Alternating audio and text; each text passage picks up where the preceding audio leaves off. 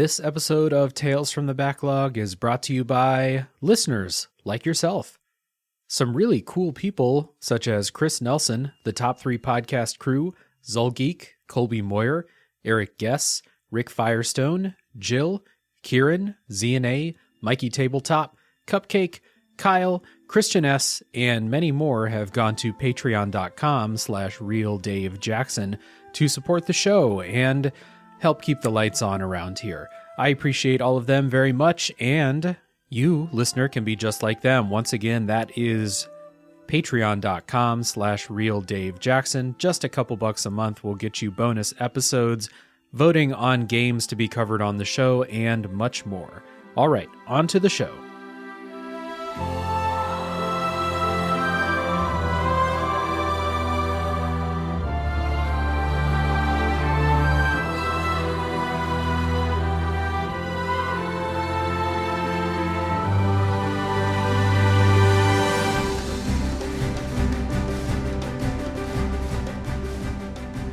Hey everybody, my name is Dave Jackson, and you're listening to Tales from the Backlog. This is a video games review podcast where each week I'm joined by a guest to talk about a game we played. My guest today is a friend of the show, one of my co-hosts on a Top 3 podcast, and professional mech pilot, Aaron Engel. Welcome back to the show. Hey, what's up, dude? I'm a professional mech pilot now. Yes, you always have been, not just now. I just learned how to follow my dreams a little later than everybody else. That's okay. That's okay. We support you following your dreams up into the sky. Into the sky. All right. Why am I singing right now? Today, Aaron and I. I'm around. That's right. We're bringing the top 3 energy to this episode. Today, we're going to be talking about Chained Echoes, which is an RPG developed by Matthias Linda and published by Deck 13 for modern platforms in 2022. This is another one of these games developed by mostly one person. Someone else came in to do the music for this game, but this was a solo project. It took a long time. And if you have never heard of Chained Echoes, Aaron and I have prepared some elevator pitches for everybody. My elevator pitch is, what if Final Fantasy VI, Suikoden, Chrono Trigger, and many more of the classic JRPGs were given the modern kind of Shovel Knight brush-up treatment? Aaron, how about you? What's the elevator pitch? I mean, yeah, you basically took it right out of my mouth there, man. Like, I was going to say, if any part of you loves that old school, like JRPG, Super Nintendo, or early PlayStation, like type feel to your RPGs, this game is literally right up your alley. It's probably the game that you've been looking for and haven't found yet. If any of what Dave said like resonates with you in any way, you have to play this video game because, and I said this to Dave, like aside from Persona 5, this is the best JRPG I've played. Those two in the last 20 years. I love this game. So, but you hit it right on the head, Dave. If you like games like that, you have to play this game. Yeah. We're definitely going to dive into that stuff. The spoiler policy for this episode, this is like a JRPG, basically. It's got a story. I think it's got a really good story. So we're going to give you the setup for what's going on in the world. And then we're going to leave all that stuff for the spoiler section. And the spoiler section is going to be a ton of story talk this time, because there's a lot of really interesting stuff that happens. So if you have not played Chained Echoes, don't worry. You can check down in the show notes for a timestamp for where that spoiler wall is. And yeah, you can just tap out then. Go play Chained Echoes. It's great. And then come back, listen to the spoiler discussion. So beginning the episode out, Aaron, I know the main reason that you played this game is because I pestered you telling you that you would love it. But other than that, like, what is it that, because we recommend games to each other all the time, and we very rarely follow through on that, right? We're always just like, yeah, sure, sounds cool, dude. I'll for sure play that I'll be sometimes. there. Yeah. What about Chained Echoes was the thing that made you actually want to fire it up? Well, I mean, I literally say this every time I come on this podcast, is like most of the games that I'm not like on the active search for everything new and crazy because I don't have a PC. Like maybe if I did, it would be a little bit easier for me to like experiment with that kind of stuff. But with that limited amount, basically, if you tell me, hey, there's this RPG, you would love it, all at the very least go on YouTube or go to IGN and read a review or something like that. So that's what I did when you suggested this to me. Very first thing I did is I went and I watched the trailer, and I knew from the, like right off rip, like, okay, so the graphics are exactly what I want, and the music is exactly what I want. Let me go. let me go ahead and listen to a review. And you know, I trust IGN, not all the time, but at least I feel like in terms of like the games that I like, they do a pretty good and concise job of like, you know, framing the kind of game that you're about to play. So once I you know, and it goes exactly back to what you said. Like, hey, IGN was like, yeah, man, if you like those old school RPGs, if you like, you know, Final Fantasy 3 or 6, or you like, you know, I never played Suikoden, but Chrono Trigger, you know, even reminded me of some of those old PlayStation games like Saga Frontier and stuff. But to answer your question, I'm getting way too excited. I love this game so much. But to answer your question, ultimately, I just literally went and watched the trailer, and I knew from that trailer, that 2.5 minute thing I watched with a little bit of the battle system, you know, I could see the graphics, I could hear the music. I was like, okay, so this might be exactly in line with the kind of game that I'm looking to play right now. So that's basically, to sum it up, is it. Yeah. Yeah. And so for me, I apparently there was like some hype for a lot of people. This game got like some, and it was on Kickstarter, so like people knew about it. That's what I was going to ask. Yeah. Yeah. I didn't know about it. So it released and I had no idea. I just kind of saw it on the Game Pass Twitter account post these pictures of like, this is what's coming to Game Pass this week. And I saw Chained Echoes and I was like, oh, okay, I don't know what that is. I'm not going to play that. And then it kind of took over a bunch of Discord servers that I'm in and took over Twitter, and people were constantly talking about it. And it's on Game Pass, and I have Game Pass now. So at the time, I had just started up Sports Story, which, a little behind the scenes, this Sports Story was the game that Aaron and I were supposed to do this episode about. And I started up Sports Story. I played for about an hour. I was like, this is kind of boring. I don't really want to play this right now. So I was like, people say Chained Echoes is great. It's on Game Pass. Let me fire it up. And the prologue completely hooked me. And I was like, okay, fuck Sports Story. I'm not playing. I'll play that some other time. I gotta play Chained Echoes now. That prologue is so strong. Yeah, it's a great, dude. That prologue is sick because it does a couple of things. Like one of the things like I always like to like lament on and stuff like that is like, you know, like what the Super Nintendo was, and Chained Echoes is like kind of one of those games where it's like, okay, so what if the Super Nintendo had like better technology? I mean, I remember flying, you know, in the prologue and just seeing the background move and still have you at the forefront, like, you know, in like a super clear image. And I was like, holy shit, dude, if this was on the Super Nintendo, I would have fucking nutted as a little kid. I was blown even away. Before you were physically able to.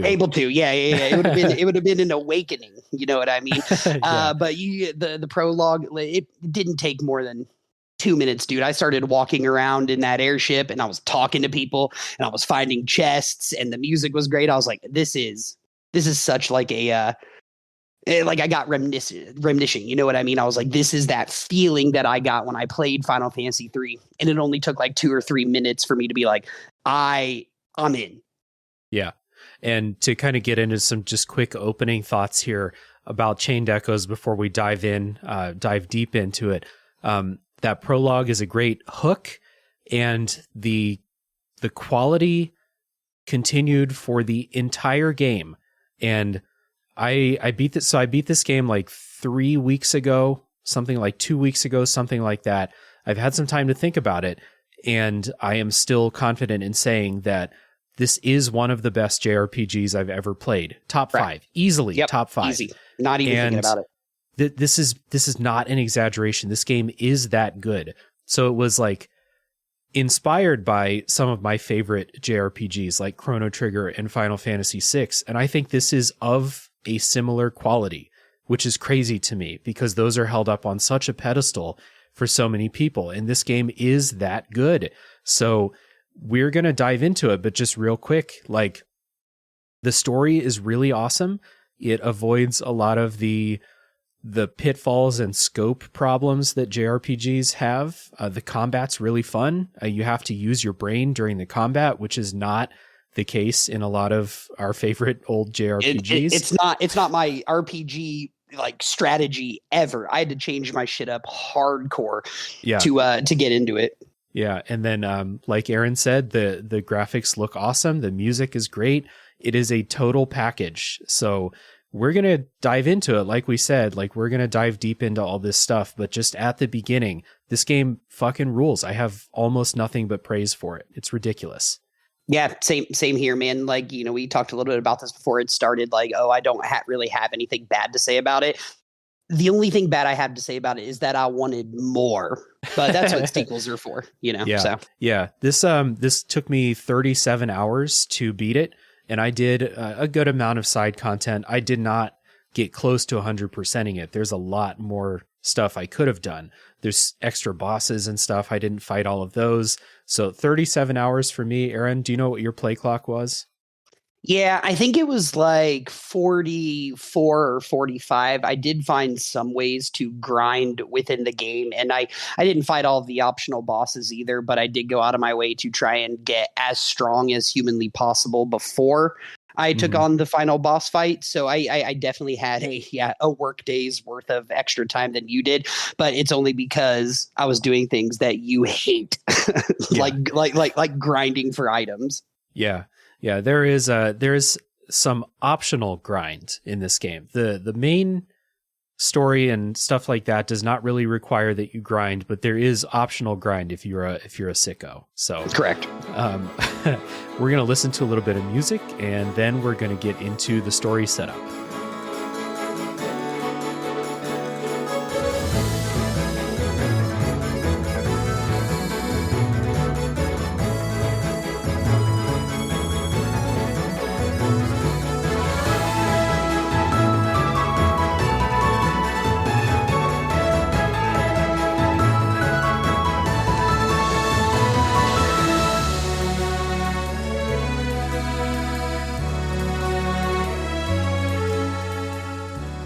So the game begins with your character Glenn waking up in the morning and talking to his mom, very reminiscent of the beginning of Chrono Trigger.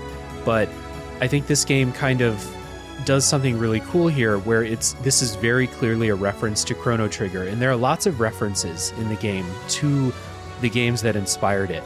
But this game is standing apart from those games too. This is not just like a game full of shitty meta references to other stuff. So in this beginning scene, you wake up, you talk to your mom just slaps the fuck out of you and says, "It's going to get wild soon. Get your ass up." And then that scene fades away and you go into the prologue proper. Let's talk about how much they cursed in this game. Like, it's awesome. Yeah. Complete one thing that none of those other games do. There are things about this that are better than those classics that we mentioned, and one of them is like dialogue wise, they curse and it's very funny. They do. It's not overdone. It doesn't seem out of place. It just feels like, hey, some of these characters might, say shit from time to time, and they do. So good. Yeah. So after your mom slaps the shit out of you and wakes you up out of your dream, the game actually begins with two characters, Glenn and Killian. They are mercenaries. They are the part of a actually I didn't write down the name of their mercenary group. Bad podcaster. Something about like the Iron Bull or something like that. It was the Iron Bull. Yep. Okay. Yep. So that was it. No, that was it. All right, cool. So they're leading a mercenary band into battle, and they're trying to go find this weapon called a grimoire. The word grimoire means book, but in this story, it means crystals that were normally put into the cover of the books. And then the crystals just took on the name of grimoires. They're magic crystals, and you are on the task to destroy one. So Glenn and Killian fight their way up through the, this castle, this battlefield. You fight your way up to the crystal, you pull back your sword, you smash the grimoire, and it causes what's basically a nuclear explosion that wipes out everybody within miles of this place. And that's the hook for the prologue.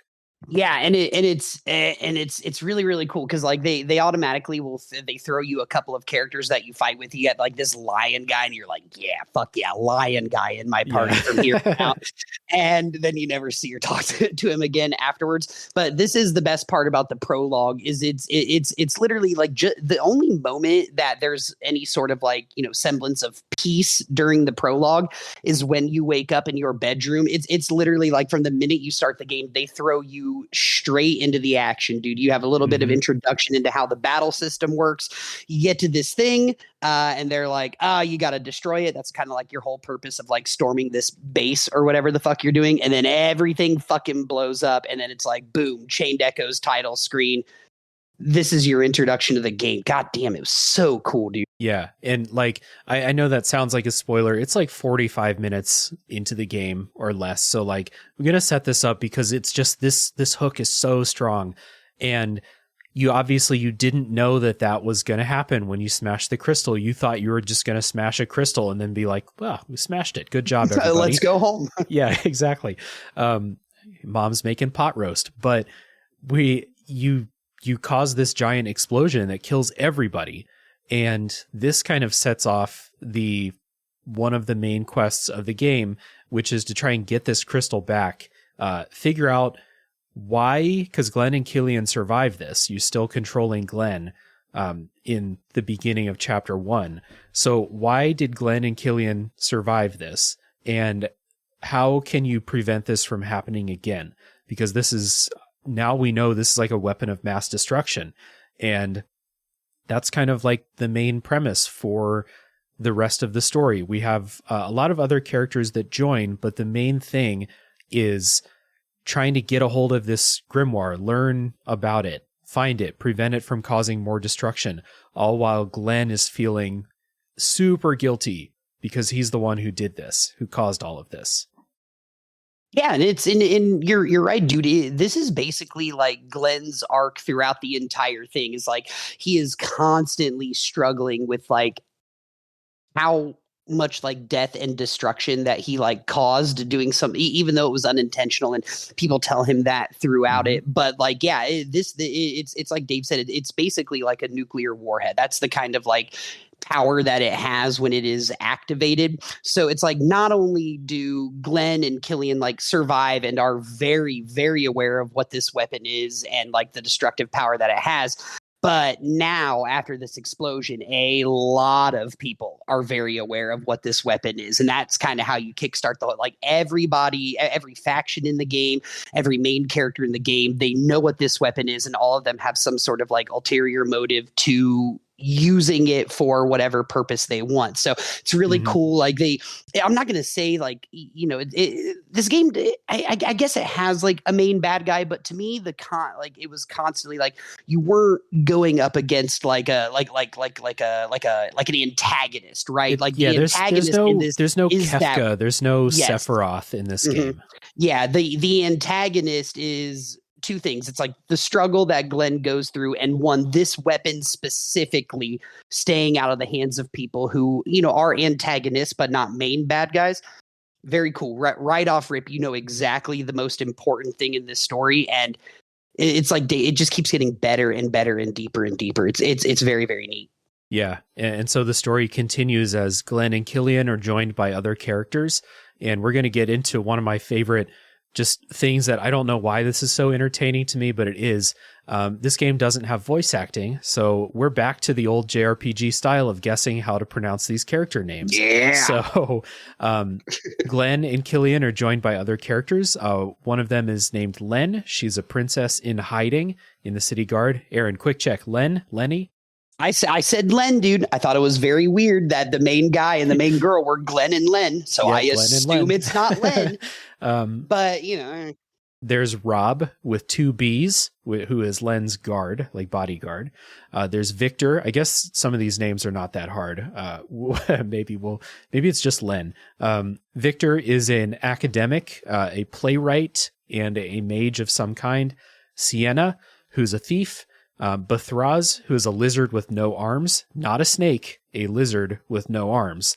Yeah, not a snake. Not a snake.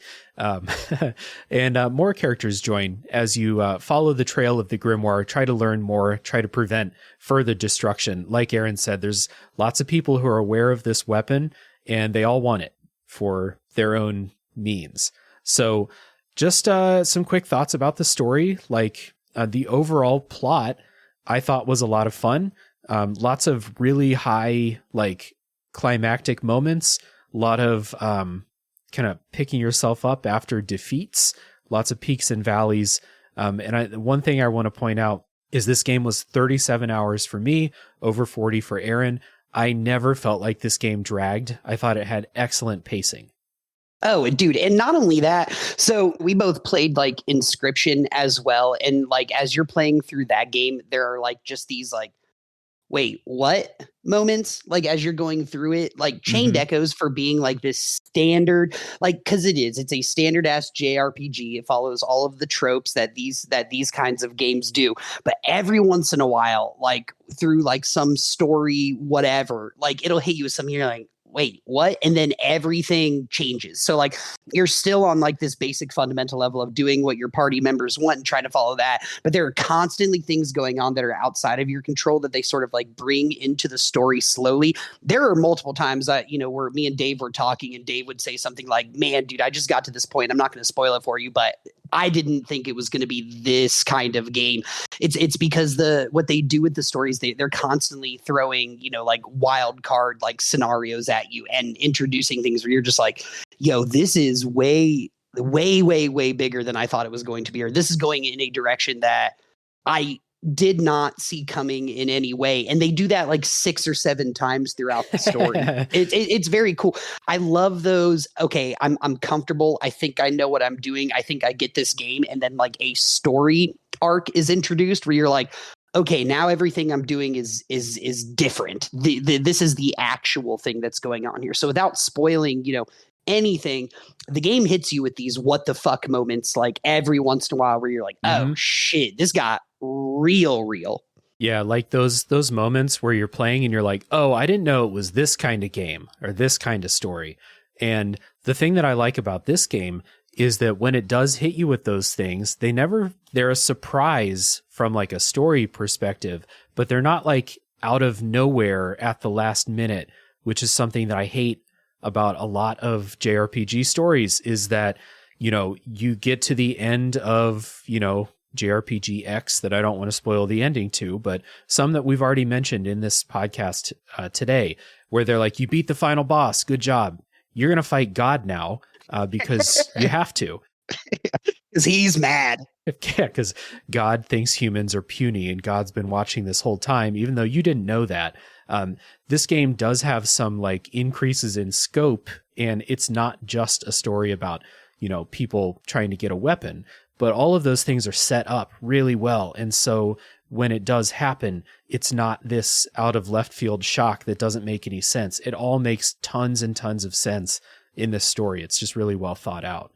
Yeah, it's not too much. Like, there was never like, even though they do sort of introduce like that ethereal aspect to it, like kind of towards the end, it never felt like forced upon me. It felt like that was the natural progression because like you said, the pacing with the story is so brilliant that like when they hit you with things like that, you're never caught off guard in a bad way. You're always like, yeah, that, whoa, what the fuck? But okay, that makes sense. Let's fucking ride. Yeah. And then the stuff that's on like the lower scope, like with just the characters we talked about trying to find the grimoire, there are like huge story twists and like, triumphs and tragedies and stuff along the way too.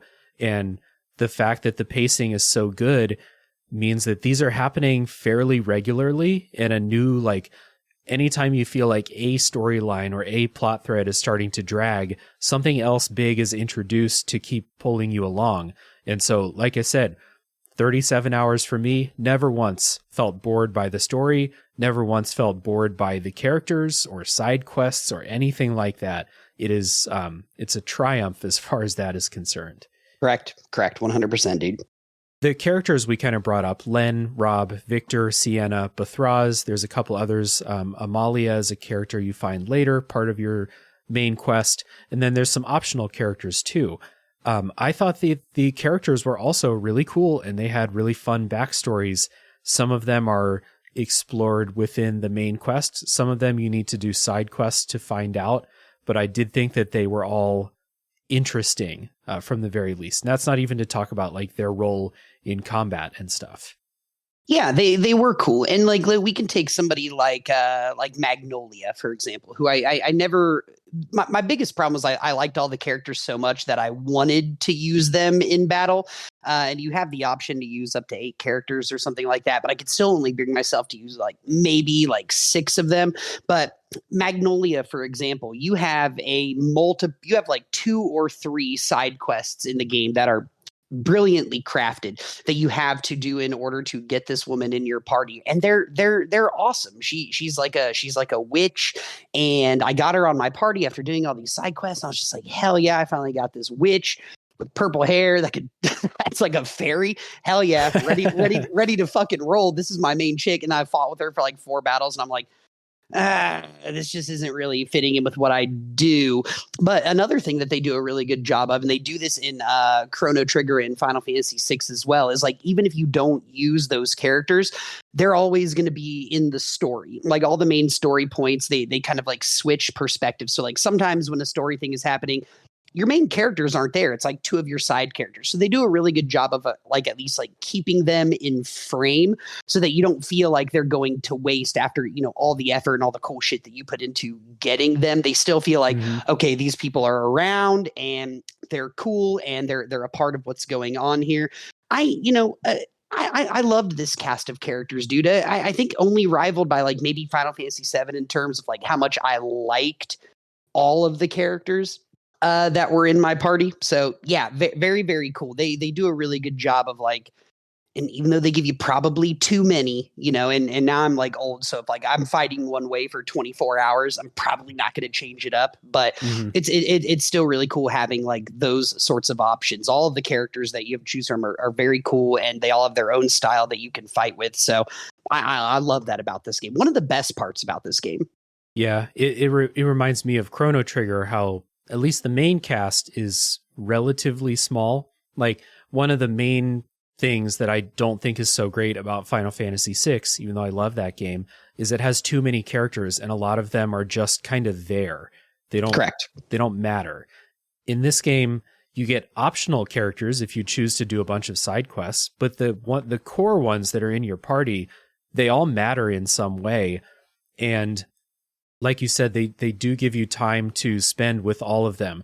So let's say like Rob is probably like the least favorite character in the group. He's kind of a dick to everybody for the first at least half of the game. But even if you were tempted to just like put him on the bench and not use him, the story gives you some of those Final Fantasy VI moments where your party gets broken up. And so you have to, it's like Rob and 2 other characters working through a dungeon together, and you get to spend time with everybody that way. And it's really effective for making them all feel included. It's real nice. Yeah, and another thing, I know we may talk about it, but like as you level up, everybody levels up. You don't have to have characters like in your party in order to level them up. So if you do want to just switch it up just for, you know, whatever's sake, like you can, and they'll still be at the same level as everybody else. You don't have to go back and like grind them up to the point like you do in a lot of JRPGs if you want to. Yeah, and we can just talk about all the quality of life stuff, that kind of modern quality of life that's been added into this game. So like you said, everyone gets experience regardless of whether they fought in a battle, whether they died in the battle or not. That's another thing. Like a lot of old Final Fantasy games, if somebody is dead when a battle is over, they don't get experience, which sucks. Not in this game. Your party fully heals after every battle, which allows you to just go. I love that. Just allows you to fully like go wild during battles, use all your skills. Don't worry about running out of magic or whatever, because it gets healed after the battle's over. You can run from any battle, guaranteed. Even like mini bosses and stuff, you can run and just kind of set up again and restart. If you lose a battle, you don't get sent back to a save point or something like that. You get a menu option that says retry the battle. And if you say yes, you get to go to the menu first and kind of tweak skills, items, party formation, whatever, and then try the battle again. Or you can go back to the checkpoint. It's your choice. And then There are some smaller touches, like when you select a healing spell, the cursor will automatically highlight the person with the lowest health. So it's very hard to use a spell on someone who doesn't need it. Same with if you're trying to revive somebody in combat. And the last thing is that your character on the overworld runs really fast, and you can just speed through the levels if you know where you're going. And all of these things together, like the fact that these things are in this game doesn't make it better than some of the older games. But the fact that these quality of life things are in the game on top of the established quality of the combat and of the story, it's just like, it's the cherry on top, kind of. It's the buttercream icing, if you will. I will.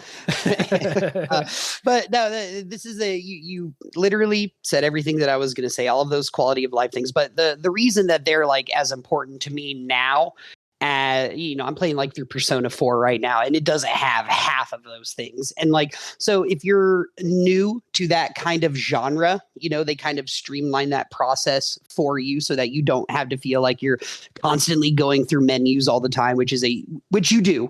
But, they kind of take that part out of it. And also for people that are like older, like me, with a full-time job, and like, like all those little things, healing after battle, all that shit, like eventually adds up to an extra 6-7 hours of gameplay. So that's what I actually like appreciate the most about all these quality of life improvements, is like, you can tell like when they made the game, they're like, okay, how do we make, not make the game easy, but like, one, make it accessible to people that are new to the genre, and two, don't make people who feel like they don't have a ton of time to play video games feel like they're wasting their time doing other stuff. But the best point that you made was that with these things, the most important, aspect of it is like, in battle, you can do whatever you want. You don't have to worry about running out of stuff. You definitely have items and stuff that you have to use throughout it, but that's the most important thing, is every battle you're going in completely fresh. You don't have to worry about running out of MP for the most part, or not having the items to like, go to a boss fight, and while we're talking about it, they have these ultimate moves that you can do. Every battle you have like an ultimate bar, and every time you go in, it's basically like like what limit breaks were in Final Fantasy VII. It's just everybody has their own like specific ultimate attack. When you go into a boss battle, you automatically get that attack from the beginning every single time. Normally you have to kind of like build it up over the course of a couple of like regular battles. But another cool quality of life thing is like, okay, you're hitting a boss, and the boss fights are kind of difficult in this game. You automatically have that, up your sleeve right away. It's actually very cool and like super useful in clutch sometimes. Yeah, it's a nice touch to have that bar fully charged up at the beginning of a boss fight. And then, as the boss fight goes along, if it goes on long enough, you'll charge up another one. It's usually, like you said, super clutch when it's ready to use. So this is a good time to just listen to a little bit of combat music, come back and talk about the combat.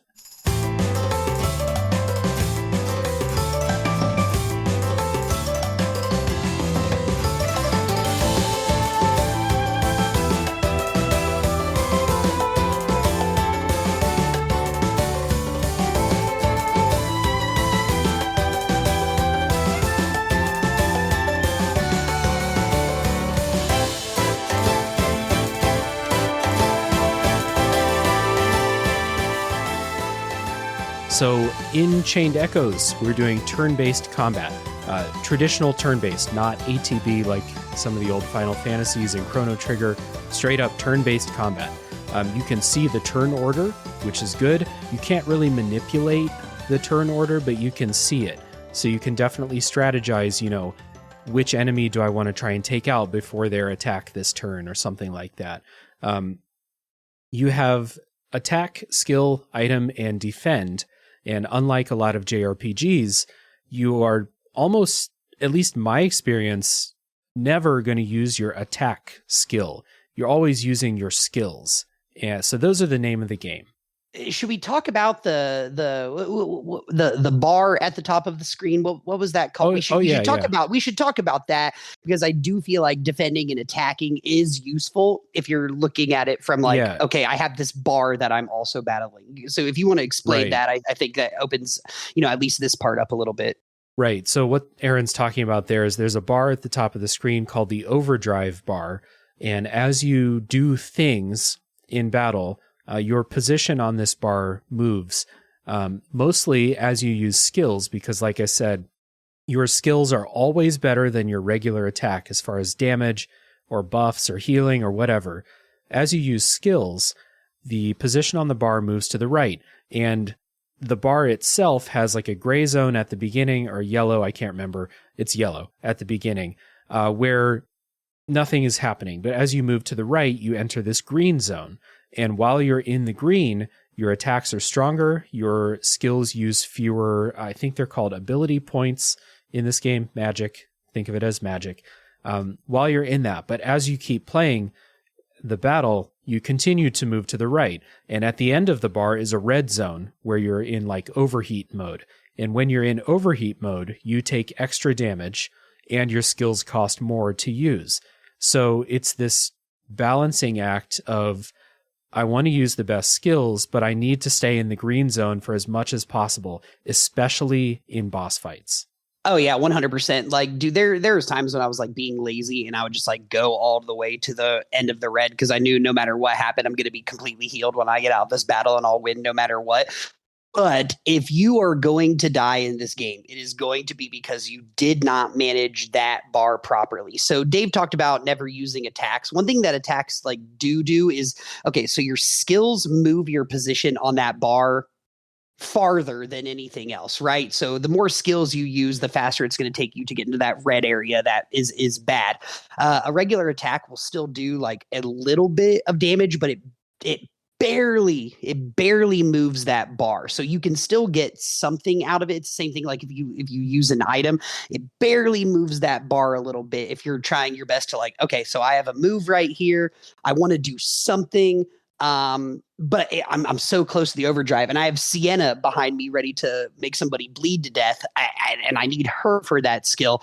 I'll just attack right here. And the defend option actually makes your position on the bar go backwards. So right. if you defend, it'll give you a little extra cushion before you go into the overdrive is, I believe, you go into overdrive. So while attacking is way less prevalent in this game than it is in every other, JRPG ever made, there are going to be specific uses for it because this game is not about, at least the battle system for me, is not about using all your best skills and trying to fuck this thing up and healing and all. What this game's battle system is about is that overdrive bar at the top. If you cannot figure out a way to like manipulate it like in your favor, you are going to die. 100%. So, yeah, so there are uses for those other things. But for the most part, Dave's right. Attacking is essentially useless. Yeah. So there are a couple ways to move the cursor backwards on the bar if you feel like if you actually are in the red or if you feel like you're getting a little bit close. So like Aaron said, defending is one way to move it back. Another way is throughout the battle, some of your skills will be highlighted in yellow. And that means if you use that skill that turn, it will move the overdrive cursor backwards. So sometimes it's really clutch when it turns out that the skill you want to use is also highlighted in yellow. Ooh, Great feeling. That makes me sweaty, dude. That was where you're just like, oh no, this is about to go so bad. And then it's like, no, don't worry. The skill that's going to heal everybody is also going to push the overdrive bar back. And you're like, fuck yes. Thank God. There's also there's some special skills that specifically move the overdrive cursor backwards. There's some items that do that too. But let me ask you that question. Yeah. Did you get okay, so you didn't use those items either? Like I never found any. I think I found one or two. No, you didn't. You had 100 of them in your inventory. I promise. Did I? Yeah. Oh yeah. Did I just not read? Well, what it does is it's like, okay, so like on your overdrive bar, it has a little symbol at the very end. And if you use the item that corresponds to that symbol, it'll knock your overdrive bar back a little bit. But they don't tell you what symbol matches the item. I have those symbols would come up and I'd be like, oh, okay, cool. I'll use this item right here. It's like, oh, that wasn't the right item. And now you're in overdrive, you fucking idiot. So I was like, I'm not going to look this up. Like, I'm just never going to use those items and see if I can get away with it. So just everyone keep in mind that Aaron and I both beat this game without really doing that. It's totally possible to manage the overdrive like skillfully and effectively just by using skills, defending sometimes against the regular enemies in the game. So like earlier, Aaron said, if you don't manage this, then you're going to get killed. And that is true against a lot of enemies in the game, especially group fights when you're fighting against lots of enemies, because the drive cursor also moves to the right when enemies act. So if you're fighting 5 enemies, it's going to move up a lot quicker and you're going to have to really manage that bar. So against those, I found the battle system to be really challenging. And then against boss fights, just because boss fights last a lot longer, so you're naturally going to be going up against that overheat section of the bar. So boss fights are typically less of they all have like a strategy to them, but the strategy is not super difficult by itself. It's more of the combination of how do I beat this boss and how do I manage my overdrive, because boss fights last significantly longer. Yeah, and I'll say, dude, like I didn't have a problem with, I would say, most of the boss fights in the game. There are a couple that were fucking really hard. But to me, it's like what you said earlier, the most annoying fights in the game are when you roll into a fight and you're like, oh, I'm going to fight 2 bunnies. And then like 7 of them show up at once. And you're like, how? Because there aren't anything like summons in Final Fantasy where you can just like, you have a move where you can wipe out everybody at one time. All of your skills in the game that would attack all people at once, even your ultimate moves, will never kill all of them at once on the very first try. So it's almost like you have to peg one enemy out and just focus everything on them and then do that 6 times in a row. It's literally the only way to win those battles. So I actually had a lot more trouble with those fights because when you're going, it's like you said, when they attack you too, your bar is going up. And when 6 or 7 of them are attacking you at the same time, and all of a sudden none of my skills are yellow. This is getting bad. I can't defend my way to death. Those are the battles to me that I was like, okay, so this is like a battle of like I don't know the word I'm trying to look for, but you have to be patient when you're playing this game. You can't do what I like to do, which is kill everything as fast as possible and grind my way to a level where nothing can touch me. You have to be patient and smart. It's the only way you'll survive.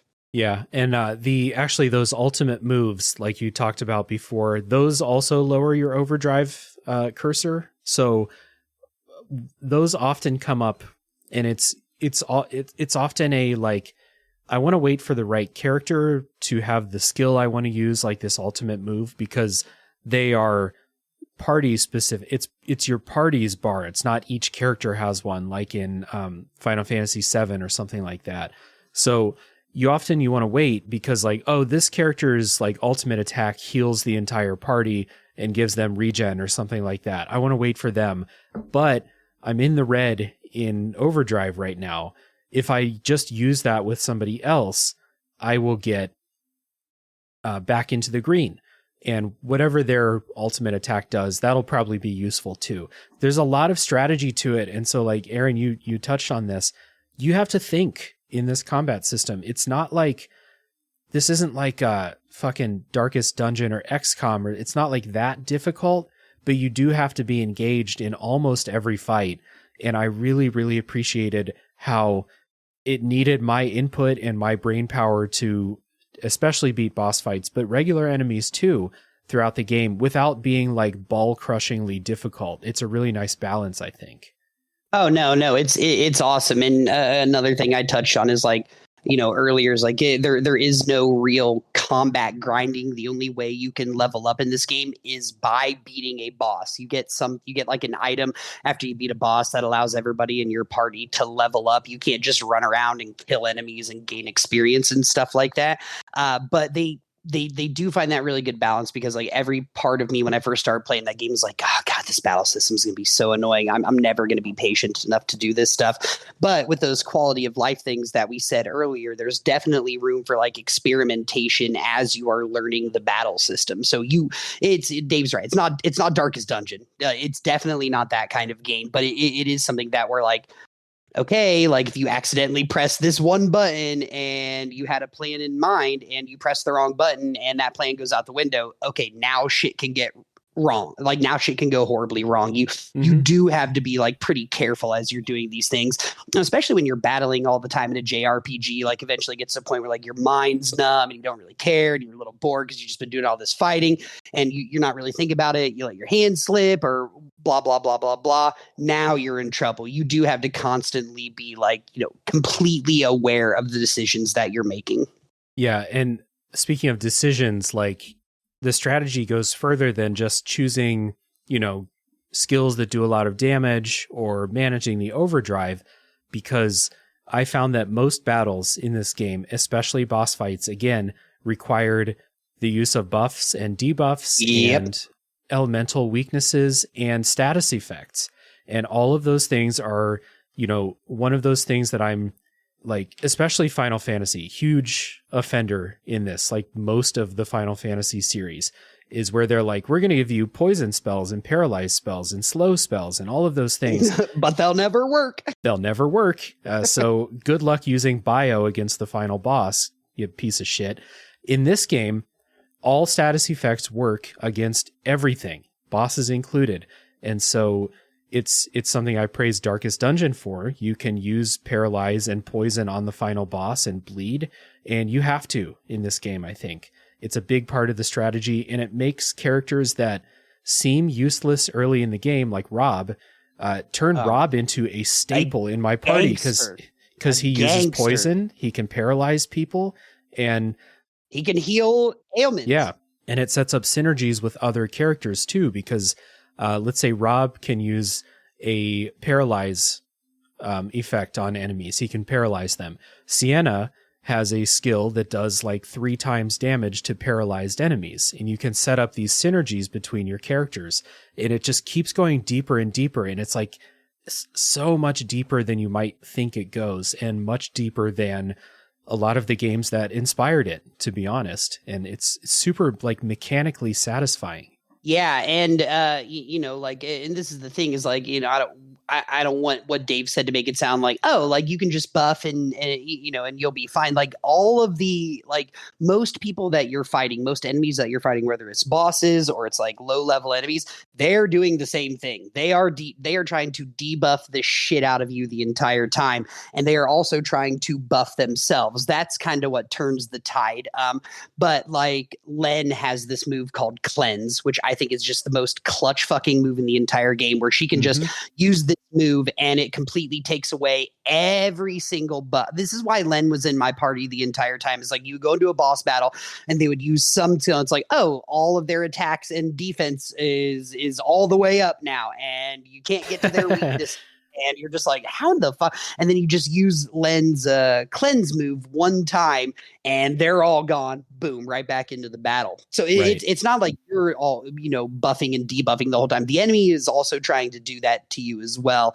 And again, goes against every fiber of my like RPG, gaming concept, which is I don't want to be smart. I want to hit people in the head with a hammer and then go on to the next town. It's literally like they're every single battle, and you obviously get used to it and stuff like that. You become very aware of like your party and what they can do, but you're constantly running into enemies that are doing different things to try and fuck you up. And that's why Rob's great, dude. That Rob Sienna thing, like I didn't have Rob in my main party, but if I really, really wanted to fuck with somebody, I would do that. Or like Glenn has a move where he can cover somebody in oil, and then you do that, and then Len has a move that is fire, and fire, is made bigger when you cover somebody in oil, and Len would just fucking murder people that were covered in oil. Like there are, like Dave said, synergies between certain characters where you can make your party like OP as fuck. Yeah, and you don't always have to spend every turn of every battle setting up synergies, but I definitely I want to paralyze enemies because it takes away a turn from them. And then while they're paralyzed, Sienna's in, you might as well use that skill that does 3 times damage.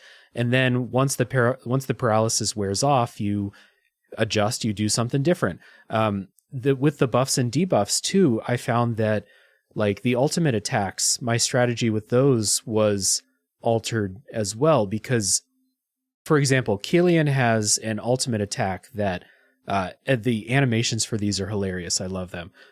He has an ultimate attack where he shoves his sword into the ground, and then a giant sword comes out and like uproots a mountain, and it just does damage to everybody. But that turned out to be one of the least useful ultimate attacks, because Glenn has one where he builds a robot, and the robot attacks the enemy, and it puts like every debuff on them for like 5 turns. And so you start boss fights with a full ultimate bar. And I would just start boss fights with that and start out with the upper hand. And it was so useful. I'm going to be honest with you, dude. There were only like I only used 3 ultimate moves, like seriously. It was Glenn's to start out, because Glenn's is by far the best. It's not even close.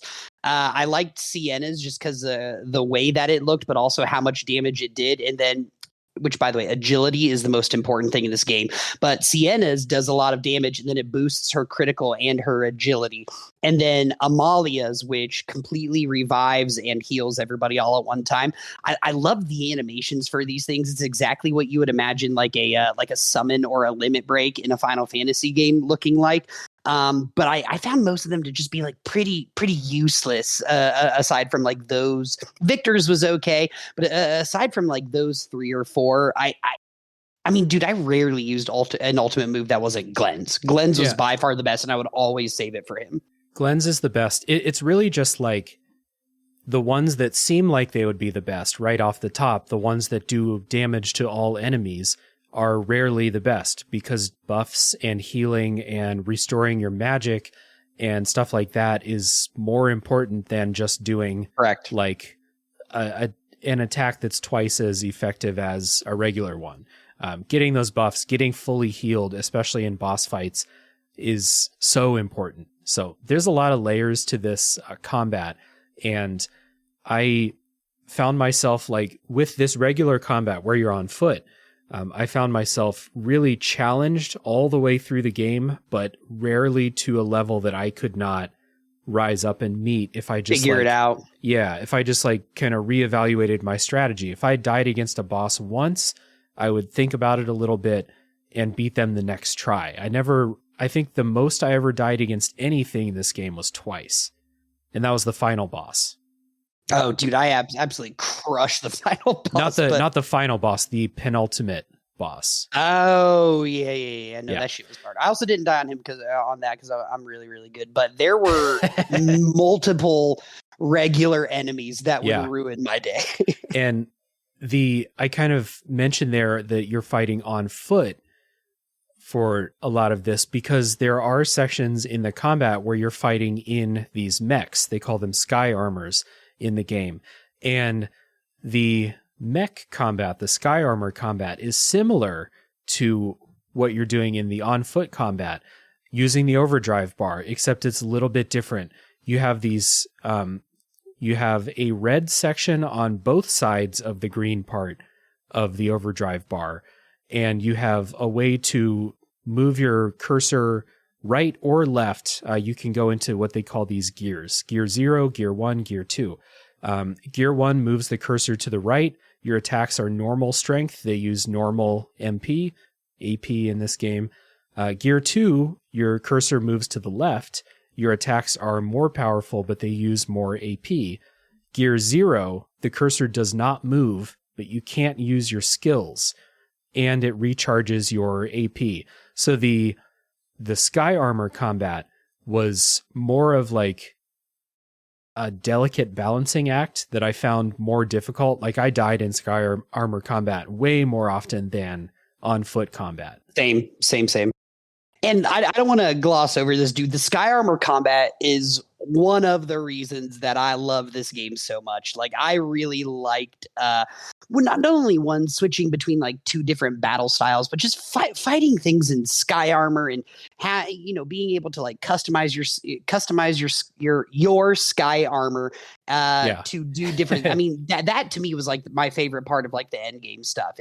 I loved flying around in sky armor. I liked hitting stuff in my sky armor with a sword. I really can't really explain how cool this shit is. It is definitely something that you have to do, but it is the one thing that I think separates it from a lot of other RPGs is like they do like completely force you to fight a different kind of fight.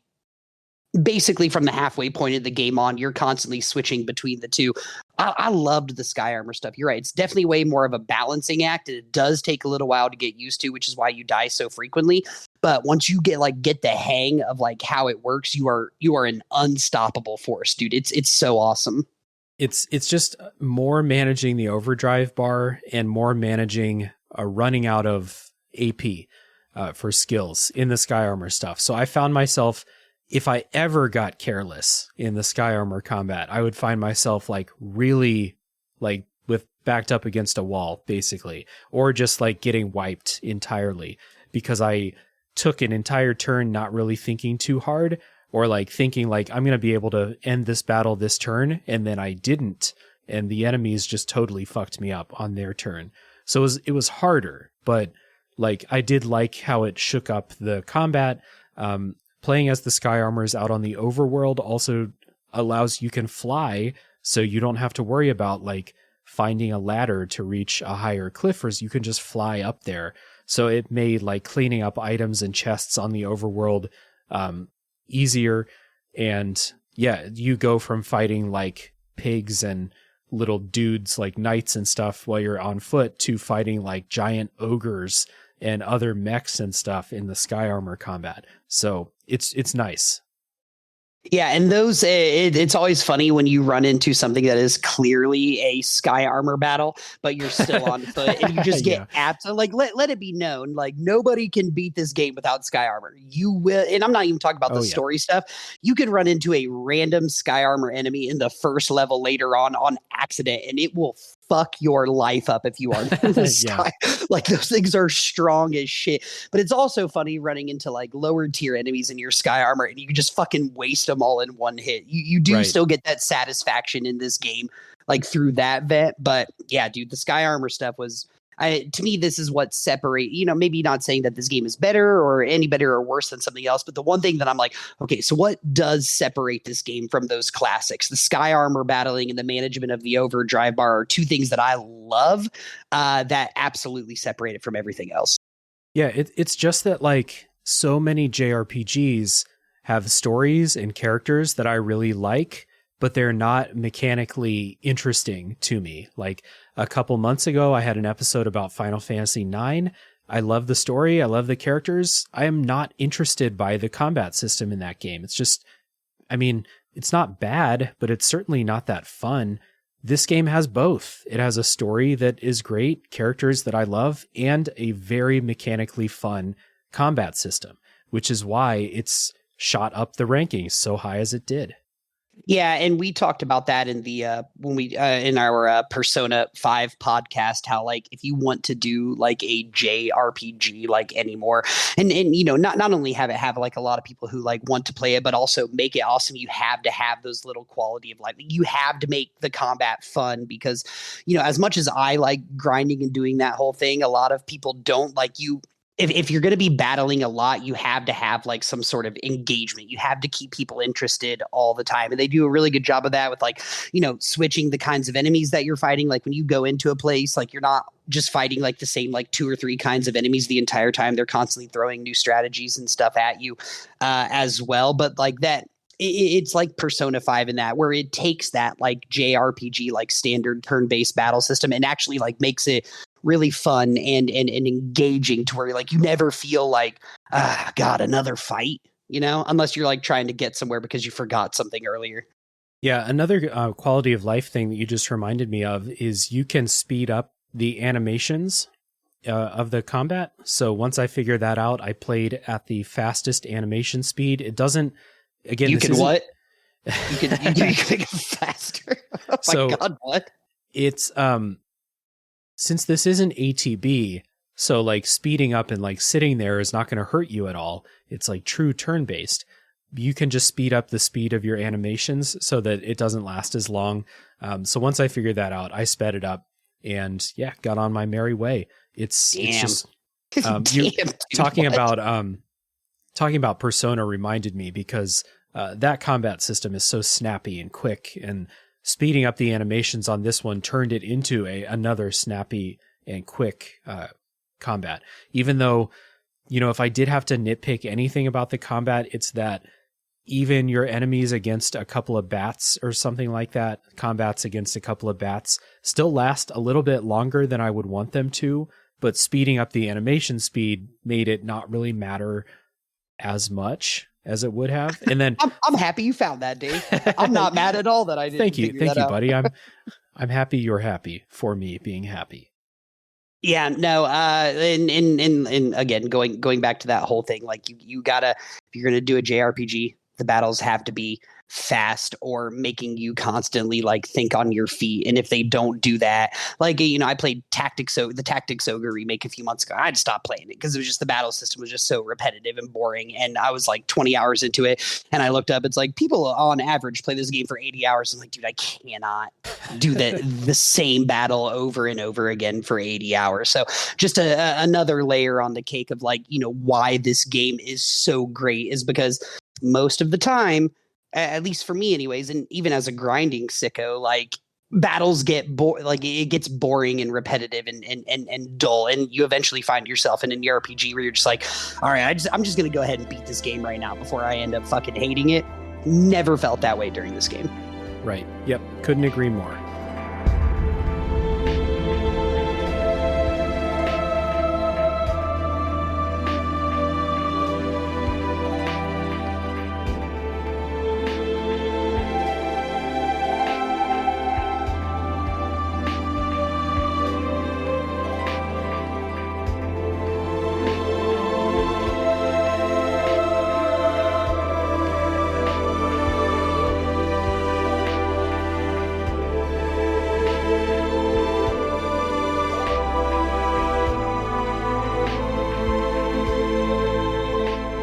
So last things to kind of clean up before we get into spoiler talk about the story. There is a lot of RPG customization stuff going on. The way that you kit out your party and set up your skills and stuff. So just to briefly touch on that, there's a lot of classic JRPG stuff like buying equipment. Every new town you go buy equipment, or every new merchant you find, you rarely need to go into a store in a town. But you'll find merchants to get you new stuff. Like Aaron said, there are no level ups. Instead, you get these things called grimoire shards by beating bosses or getting to key story moments or beating side quests. That gives you points to unlock new skills. And then once you have skills, you can only equip a certain number. I think it's 8. And so you're going to learn way more than 8 skills. So deciding which skills you want to use for your characters is also part of your strategy. So I personally was satisfied with just this amount of customization, and there's more that we'll talk about, but this is kind of like the base level. Yeah, and as I alluded to earlier, the only thing that the only real complaint I have with the game is that I thought it could have been more.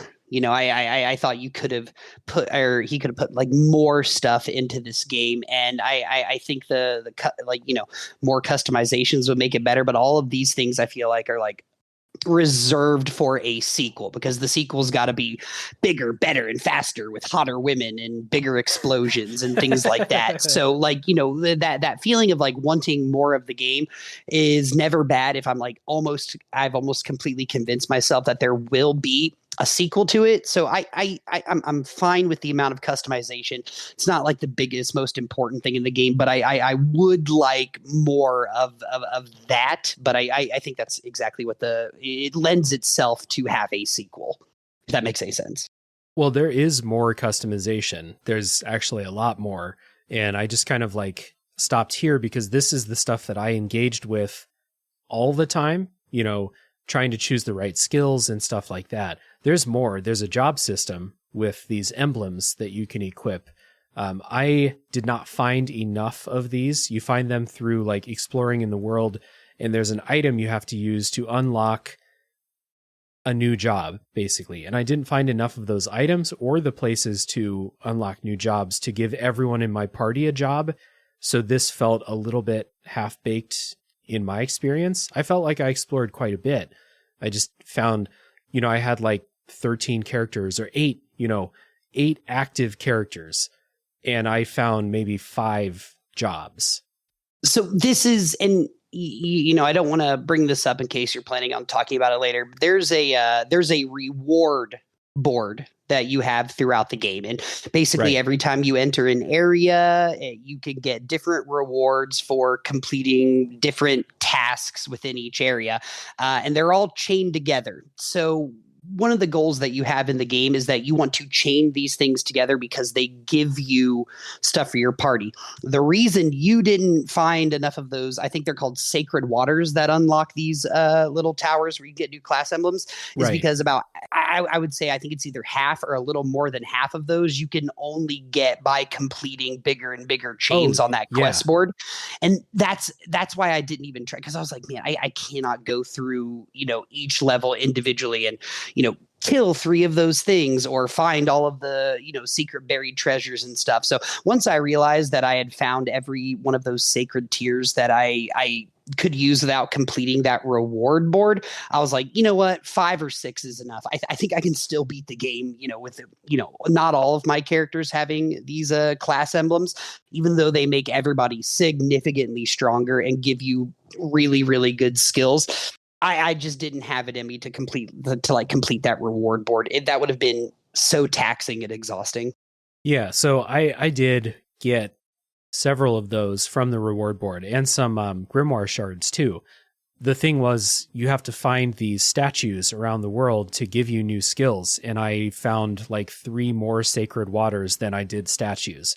And kind of like you said, I was getting toward the end of the game. I wasn't having trouble with the combat, really. I never felt like I needed to do this, so I didn't, because that's just kind of how I play games like this. I'm never a 100% player, so I didn't do that. The other kind of customization thing that again, this is like a very specific nitpick of one system, but there are these crystals that you pick up throughout the game that you can slot into your weapons and your armor, and you can let the game like optimize them for you. You have to like combine one crystal with another crystal and then put it into your weapon. And then when you find a new weapon, you have to take it out of the old weapon and put it in the new one. And that whole system felt like just one thing too many. So I like just straight up was like, computer, optimize this. I'm not engaging with this really.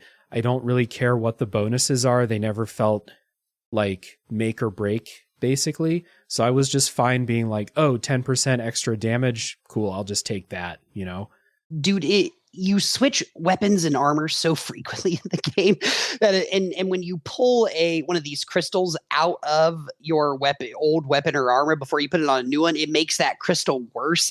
So Yeah. like I eventually realized that, and I was just like, I'm not gonna fuck with any of these. And then when I know I'm at the end of the game, or I know I have the last weapon or piece of armor that I'm going to have, that's when I was just like, I'm just gonna max everybody's shit out. Like, I agree with you. I didn't feel like they made like a huge difference, but some of the crystals, like, oh, you have a 15% chance to paralyze somebody when you attack them. Or, oh, you have like a 15% chance to poison somebody when you attack them. Or when somebody attacks you, you counter with a buff or counter with a debuff. Those things are really important. But I was just so annoyed with the fact that I had to do it every single time. Like, I found a new weapon for 14 different characters that I eventually just got to a point where I was like, you know what? I don't care.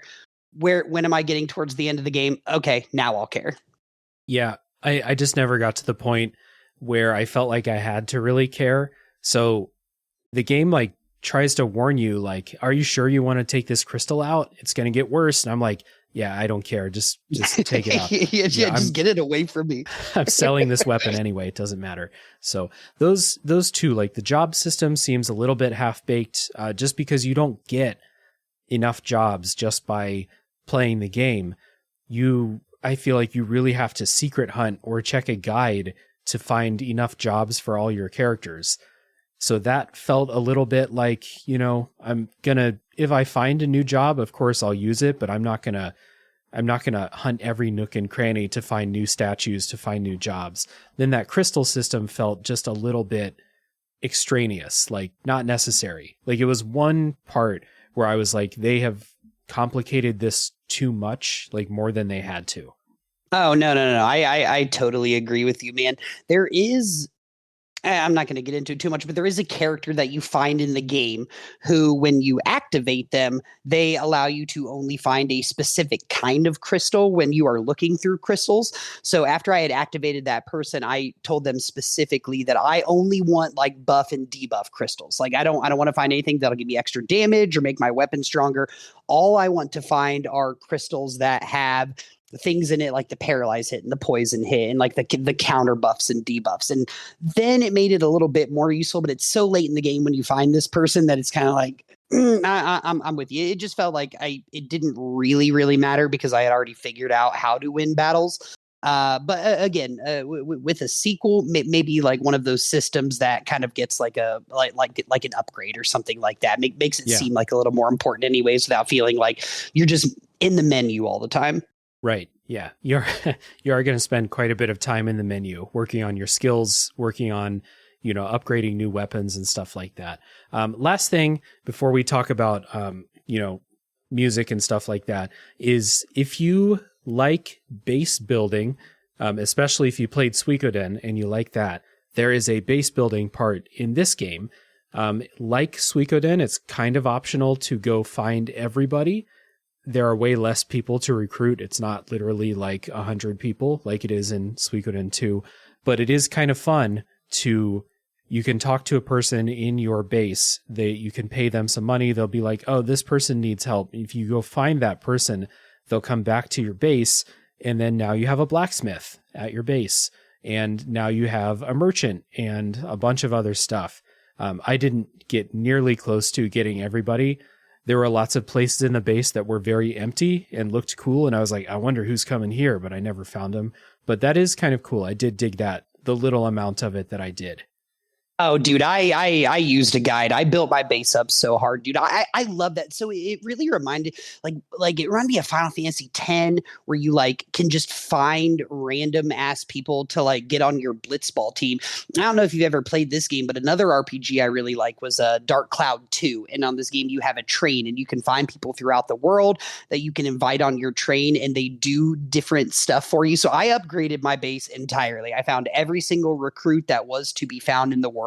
And dude, just being able to like, instead of like having to go into a town and run 4 screens to find a merchant, being able to just fast travel back to my base and have a blacksmith and have a merchant, or being able to go talk to other characters in my party as the story is progressing. They always had different things to say. You could pet cats and dogs and they would show up on your island. And I loved petting dogs in this game, dude.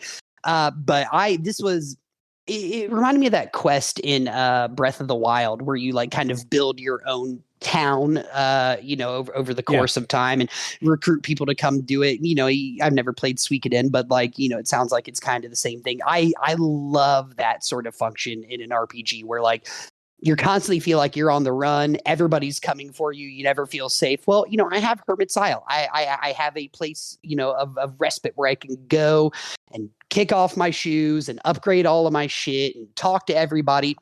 And a lot of the recruits that you find do actually do some really crazy stuff for you. Like there are these things, they're like rusty weapons in the game that you can upgrade to into people's like ultimate weapons. And a lot of the characters that you recruit in the game, after you've upgraded your base X amount of times, they give you the items necessary to turn those rusty weapons into ultimate weapons. So when I was thinking like, okay, I can't grind. So what can I grind? Well, I can figure out how to get the strongest items or strongest weapons and armor in the game.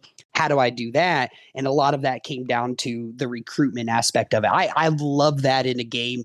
It just like it lets you to explore the world a little bit deeper than you would have before. And while this isn't an open world game by any means, but being able to go back to old places with like your sky armor or the ability to be different bosses so you can find those, I just love that. That's a part of like any RPG that I'm always going to be on board with. As soon as they told me I could recruit stuff, I was like, all right, recruitment guide. Okay, here we go. I'll get that guy first, and that guy, then that guy, then that guy, then that guy. I don't feel bad at fucking all that I did that, dude. Like I had to. I was not going to beat the game unless I had a fully upgraded base. Fair enough. Yeah, there's a lot of times throughout the game when you have a lot of like free time to go do side quests and stuff. There's a couple points in the story where they say like, we're waiting on word for, where we should strike next or whatever. So why don't we go take care of some loose ends? And that's like, oh, it's side quest time. Let's go do some stuff. And flying through the world on your airship, taking care of your base, flying through the individual levels on your sky armor made like navigating the levels and stuff like not an issue at all. The fact that you can use your sky armor to just go like, you may run into fights out in the world, but you're in your sky armor, so you'll be able to take care of them easily. All of those things made all of these like extra RPG systems, especially the base building, finding materials and stuff like that, just a breeze, not really like a burden at all. And I won't harp on it. We can definitely move on, but it was extremely fulfilling to me to be able to play like a game again where I was flying in an airship over a world map and being able to like drop at places. That is something I love about Final Fantasy VI, and it's something I love about Final Fantasy VII. And it's been such a long time since I was able to experience that. Like when I heard that, there was the possibility of me getting an airship, I was like, dude, I'm so excited. I love airships and RPGs, and you can customize your airships and stuff too. It's really cool. So before we move on, I just got, if you're a big fan of flying around a world map in an airship, this game is for you, dude.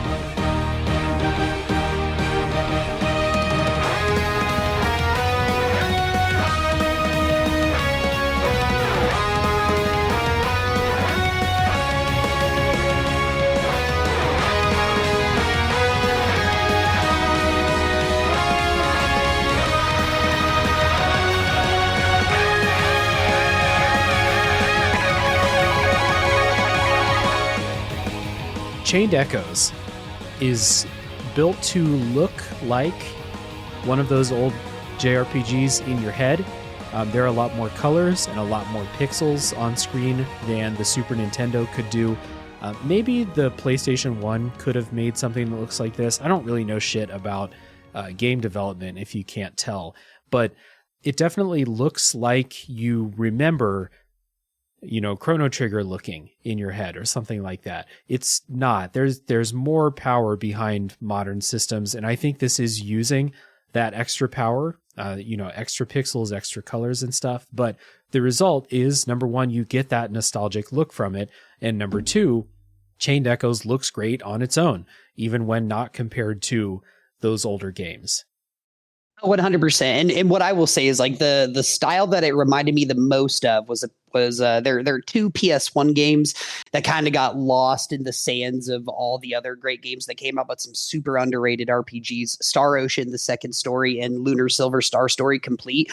If any of those games, like, if you like stylistically, you like those games, this is the Star Ocean, The Second Story is pretty much exactly what this game is, but with the running around like Lunar Silver Star Story.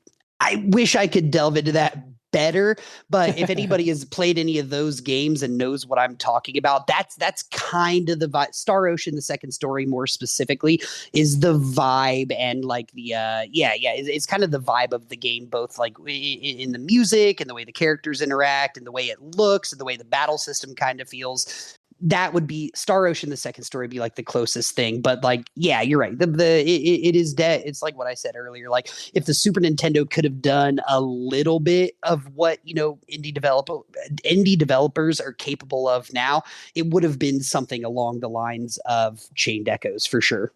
Yeah. And the other thing I want to point out about the visuals is that the enemy designs are often really, really interesting. You're not just fighting like bog standard, skeletons and bats and stuff like that. All the enemy designs are kind of funny or cute, or like later in the game, some of the things you fight are like legitimately like very terrifying. Strange and terrifying. Yeah. This game has a real sense of humor to it that I found mostly through the enemies, the dialogue too, of course. And this is I think a direct result of this being the product of one person, and what this one person finds to be fun and interesting, instead of a group of people, algorithmically designing enemies to be like, yes, of course, we need the bats and we need the skeletons and we need the flans and all of those things. In this game, you have those types of enemies, but they have this like humorous touch to the designs and like the types of things they are. Like the one I took screenshots of was there are some djinns that you fight, genies, that live inside wine bottles. And so you have your red wine djinn and your white wine djinn, and they have different elemental weaknesses. They have different attacks, all kind of centered around, this one lives in red wine, this one lives in white wine. And those kind of personal touches made it interesting to like come across all the enemies in the world. Because, a lot of, especially turn-based RPGs, a lot of the enemies in the world, they're like, okay, in the opening zone, you're going to fight these wolves. And then 2 zones later, you're going to fight an upgraded version of those wolves. And then late in the game, you're going to fight the ultimate version of those wolves. Robot wolves. Yeah. And then in this game, they do that, but those upgraded versions and like the different versions of these enemies are all funny or cool to look at. It was really appreciated. Yeah, and it just goes back to like, you can tell, and you said his name earlier, I don't remember it. Matthias Linda. You can tell that you can tell the love that he put into this game. Like he knows RPGs, and he knows what people like most about RPGs, and he knows like things people find, dragging in RPGs or that people, get fed up with in RPGs. And just the little shit, like, all the love he would put into each of just even looking at some of the towns as you're running through them, the love, like there's this one town where you just go in and there's like just these 4 platypi, like just running, like they're like, they're like marching, like they're in the army or something, like just so, and you follow them and you get a treasure and blah, blah, blah, blah, blah. But it's all those little tiny things that really do make this game what it is. I wish I could, say a little bit better. Dave kind of nailed it on the head. Just the love that's put into like the minute details is, the fact that still those djinns. I remember those djinns. Those things are fucking annoying. I wasn't ever going to think about them again. But like the fact that Dave can be like, okay, so this one specific enemy in this one specific part of the game, I can remember. It's because like the craft that was put into this game is so like. He knows what RPG players want to play, even down to the most minute detail. And that's one of the reasons why this sticks out as much as it does. And another thing that Matthias Linda knows that RPG players value is music. And I think that the music in Chained Echoes fucking slaps. It's great. It's 10 out of 10 soundtrack, not even close. 10, maybe the best RPG soundtrack I've ever heard. Like straight up, some of that music is haunting. One of the people that you can recruit at your base is like a musician, and you can like ask him to play different songs throughout the game as you're running through the base. So if you hit a song or something and you're like, man, I'll never hear that again because I'm never going back to the flower fields or whatever the fuck, like you can just go to him and he'll play that on, like as a background to you, upgrading your weapons and stuff like that. Music. 10 out of 10. He knew that. Like we can even talk about like the audio that's not even the music, like the sound of a sword slashing somebody or lens fire attack, that noise. You know what I'm saying? like this is like the best audio aside from maybe Persona 5 that I've come across in a JRPG of this kind. The music slaps. I definitely have that YouTube, but like I have that playlist like saved the same way I did Persona because it's really, really good. It's really good. Aaron is the king of hyperbole of saying that everything's the greatest he's ever heard, but the soundtrack is hard really to impress good. Me. I want to give a shout out to the composer because it's not Matthias Linda. He hired a composer, and I cannot visualize or sound this name out in my head. I'm very sorry, but do it. Eddie Marianukro. That's my guess. Very sorry, Eddie, for fucking up your last name. But I will say, if you're listening to this, I know you're a fan of the show, but this soundtrack is so good. The battle themes are great. One of the things I think is cool too is you have a lot of like songs that sound like traditional JRPG type songs. There's a lot of stuff that's like guitar based, and there are a couple songs, I'll just say, in certain areas in the game that are shocking. Not the type of music that you would expect for comedic effect, but also genuinely like interesting songs. So This soundtrack is really, really good. There's been a bunch of music breaks in this episode. I hope everyone is on board that I never got tired of this, especially like the theme in the Roland Fields, your first kind of big open area, the battle theme, the Sky Armor battle theme. There's this, when you're getting a new skill, you have to do a fight to like earn the a new job. Sorry. When you're getting a new job, there's a fight you have to do to like prove your worth. And there's like this wild electric guitar happening in the background of those battles. It's a really cool soundtrack.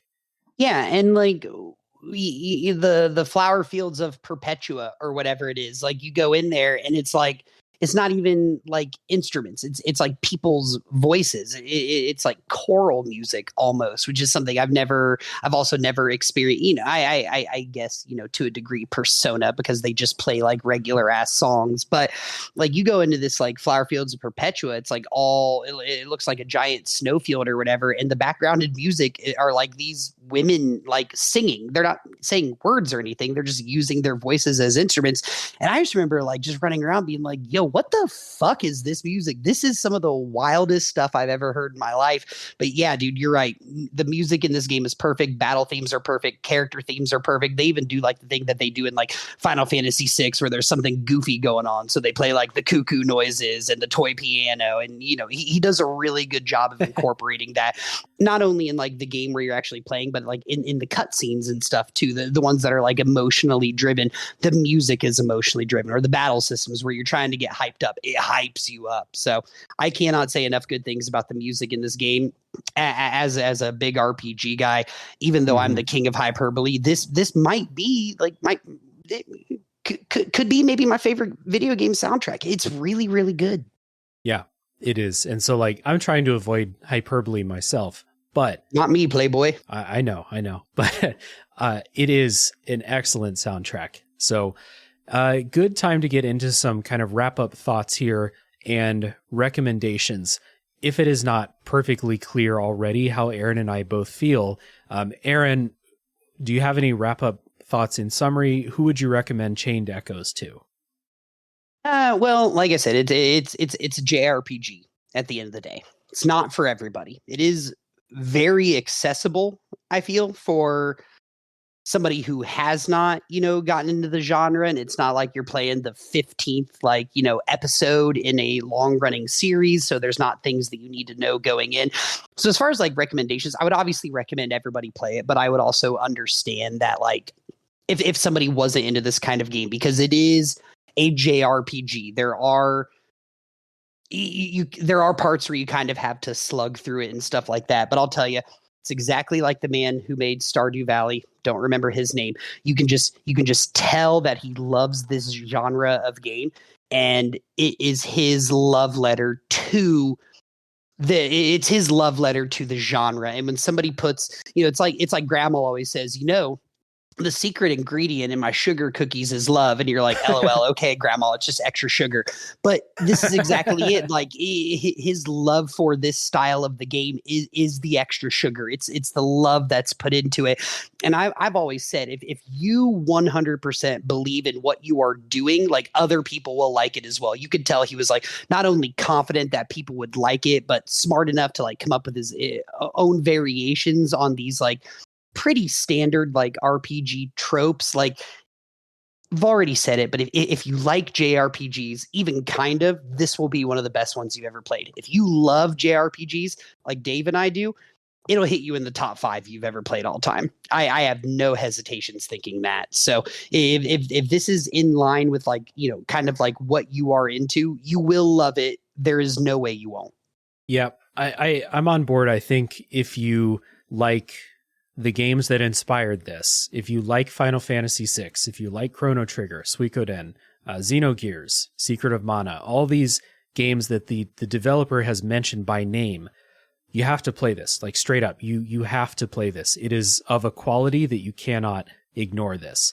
And on top of that, if you want to like those older games more than you actually do because of stuff that gets in the way, like some of those have pretty poor pacing, or they have too many characters, or they require too much grinding, this game fixes all of those things too, in my opinion, makes them more accessible. You know, if you don't mind grinding, cool. Like you can still grind in this game. Aaron found a way to do it. He will always find a way to grind, even in games that don't require it. I like pain. I love pain. So you can still do those things too. So like, I think I said it earlier, like this game is not automatically better because there's no grinding. Rookie, chill out, buddy. This game isn't better because there's no grinding or better because of like any of those quality of life things we talked about. It's not better than Chrono Trigger because your characters heal at the end of every battle. Like, but the story and the battle system make it stand up with those greats in the genre. And I had almost no friction playing this game at all. It was a blast from start to finish. And so when I say that, like, I would recommend this to basically everybody, unless you really just don't like turn-based combat, like, I think that even people who have big problems with JRPGs would still really like this game because it fixes a lot of the problems that people have with JRPGs, like big scope problems or like too many, you know, characters that only serve a small purpose in the story and then you forget about them and stuff like that. So this is a very easy recommendation. One of the best JRPGs I've ever played. I felt that way when I finished the game, and then I had a couple weeks to sit and think about it, and I still think that way. I'm very happy with this game. Could not be happier. So, little housekeeping before spoiler time. Aaron, you and I mentioned it before. I didn't do a plug at the beginning for a top 3 podcast because I talk about it on every episode. But for people listening, Aaron is one of my co-hosts on that show. Every episode we do a top 3 or lately we've been doing draft episodes, though who knows if we'll still be doing that if we'll kill each other before this episode comes out. But yes, we're having, yes, probably. We'll kill Alan. That's the most likely result. But we have a lot of fun on that show. We would really enjoy if you joined us there. I would love it if people would consider joining our Discord server and come in. There are quite a few people in there who have played or are playing Chained Echoes at the time of recording. And I would love nothing more than to everyone come in and talk about the story, because after the spoiler wall, we're going to get into some wild shit where the story goes. So that's a lot of fun. Other ways to support are leaving ratings and reviews, subscribing if you haven't already. And yeah, if you want to support monetarily, we have a Patreon page also. Love everybody who does that. Love everybody who doesn't. We love everybody just the same. So Aaron and I are going to take a break. When we come back, it is spoiler time for Chained Echoes.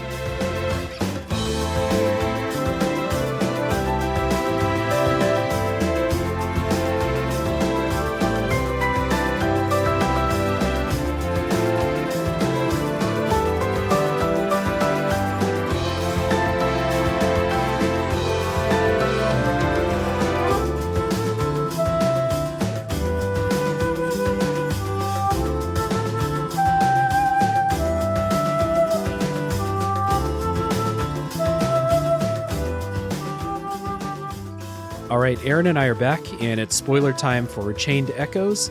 And there are a couple things that I wanted to kind of get into here in Chained Echoes. Not doing like a full walkthrough of the story because that would take too long, but there are kind of 3 main plot threads that I wanted to talk about.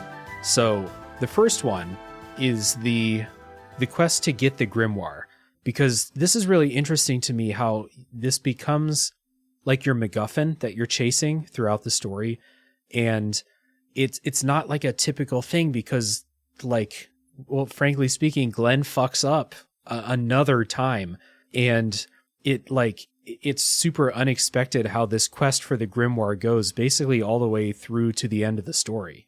Yeah, the thing about it, all right, so this grimoire, it's essentially the size of like a softball or something like that. And when you blow it up, it just explodes like an atomic bomb. But if you are within 3 meters of it, I believe it doesn't touch you at all. And that's kind of like what Glenn's trying to figure out. He's like, why did it spare me the whole story? And you eventually kind of figure out that, yeah. But the other thing about it is like every time it kills something, it gets their, I believe they call it ether in the story, which is it essentially takes life forces from things, right? So every time it's used, depending on how many things it like kills, like it gets stronger. And that's kind of like a big driving force, is like the bad guys in this game, and some of the good, or, you know, people that are kind of on the fence, and some of the characters that you meet, every time it's blown up, however much, you know, death that it like brings into it, it gets stronger the next time. And not only does Glenn make it stronger on accident, he does it a second time. He does it a second time. He does it again. But you know, the first time he doesn't know. The second time he knows what's going on, and tries his best and still fucking fails. So yeah, like, so that's the coolest thing about it is like the grimoire itself is constantly changing its value of importance. The more that it is used, the more powerful it becomes. And that kind of plays in line with, like, you know, the end of the story with what you're trying to do. It has to become this powerful thing. So it has to constantly keep getting used. Yeah. So like we talked about the prologue, how Glenn fucks up on accident because he doesn't know that it's going to explode when he smashes it. So he does that. He lives with that guilt. And he's like on this quest. He's determined to go get the grimoire again and prevent it from being used as a weapon, because Len's brother, Frederick, has the grimoire. He's like the prince, I believe, of their kingdom of Tormund. And he wants to use it as a weapon in this war. This world has this never-ending war going on. And Killian and Glenn start to have these arguments as they get closer to like the act of trying to steal it, about what they're going to do with it. Killian wants to use it to, like, I don't know, like he wants to use it for his own power. He wants to become powerful so that he can then enact the right change in the world. And we've all heard stories like that. That's code for Killian's going to become a bad guy at some point. I knew that almost to me. I was like, oh, he's going to do something fucked up and I'm not going to like him anymore. Yeah. So Killian does betray the party. This is at the end of Act 1. This really reminded me of Suikoden 2, where you have these two almost like brothers who basically like they have the same goal, but one of them is basically Killian, betrays the party, joins the bad guys, etc., etc. So this is so good. You have this this heist almost to like infiltrate and steal the grimoire as it's being taken out onto the battlefield. And it's this really tense thing. You got to get in sky armors. This is the first time you get your sky armors back. And you have a boss fight with the general who's holding the grimoire, and you win and you steal it. And then Glenn gets distracted. I think he gets distracted by the doors opening in his mind. You remember if that's right or not? Yep. Yeah. And so he's holding the grimoire. He's up in the sky. He's in a sky armor, and he gets shot by these cannons, and he just fucking drops it, and it falls to the ground and causes another explosion. And we're never really shown like where he dropped it, but it's implied that he killed a bunch of people with this too. Oh yeah, 100%. And you know, I really like my main characters having faults. I'm a really big fan of an anti-hero. There's a lot of things about Glenn that we can get into that prove that he has been nothing but an anti-hero until basically the last like 20% of the game. Like he's constantly fucking things up for everybody in this life and other lives, if I can talk about that for like a quick second. But yeah, so you basically, like at the end of Act 1, you're getting to this point where you're like, all right, we're here. We might as well try and steal this fucking thing. And then he fucks up and kills a bunch of people again, and then makes it even stronger. And I don't remember if they get it back then or if somebody else takes it after. No, someone else takes it. Yeah. Like, you know, so not only did he make it like way stronger and kill a bunch of innocent animals and people, but the bad guys get it back too. Right. Well, I think that Gawain gets it, who's a kind of a character you don't really know his motivations throughout most of the story. I believe that he picks it up. I didn't write it down though. It's not super important to me who picks it up. But he Yeah, so you had the big fuck up at the end of the prologue. Now at the end of Act 1, this is Glenn's redemption. He's ready. He's going to go like right his wrongs and take this weapon out of the hands of the people who would use it to do harm, and he fucks up again. Yeah, he misses 2 free throws this time. And yeah, it's like like you said, missed 2 free throws. This time it is his fault. He just fucked up. He wasn't good enough and causes more pain and destruction around the world. And so this kind of sets up like one half of the guilt that Glenn is feeling and like the self-doubt that he's feeling throughout the game. And that kind of, we get into that when we start talking about the storyline with his backstory and his echoes and stuff. But the thing that we learn at the end of Act 1 is that the grimoire is called a weapon of the gods. And I believe it's at the end of Act 1 when these eyes start opening up in the sky. And I think, yeah, it is. These eyes start opening up in the sky. And this is that point where you're like, oh, fuck, I didn't know that this was going to be a game with gods and angry eyes in the clouds and shit like that. Yeah, and like not only that, like so what this thing is there is a big bad guy that you never see in the entire game called the Harbinger, right? And this is like the main antagonist to these group of people called the Vane, who are the gods that Dave is speaking of right now. And the Vane kind of their whole kind of purpose is to constantly like reset humanity because they just like don't like humanity or whatever the fuck. So they create weapons like these to, one, stave off the Harbinger, who's like this big bad ultimate evil, but two, to put it in the hands or maybe not, maybe it was like stolen from them. But the whole kind of like precipice of like the Vane and their relationship towards human beings is they're just kind of like, oh, well, human beings are like a scourge on this planet and they'll all eventually like kill themselves and stuff like that. So when you see these eyes coming up in the sky, these gods, they're mad because they don't have this grimoire anymore. This was supposed to be kind of like the thing they created to give them a singular advantage over this Harbinger, this like big bad guy or whatever. And then it falls into the hands of the humans. And that's kind of how the story goes. It's exactly what you would expect from a JRPG. Gods are always going to be involved, and they're always going to be involved, at the end of the game too.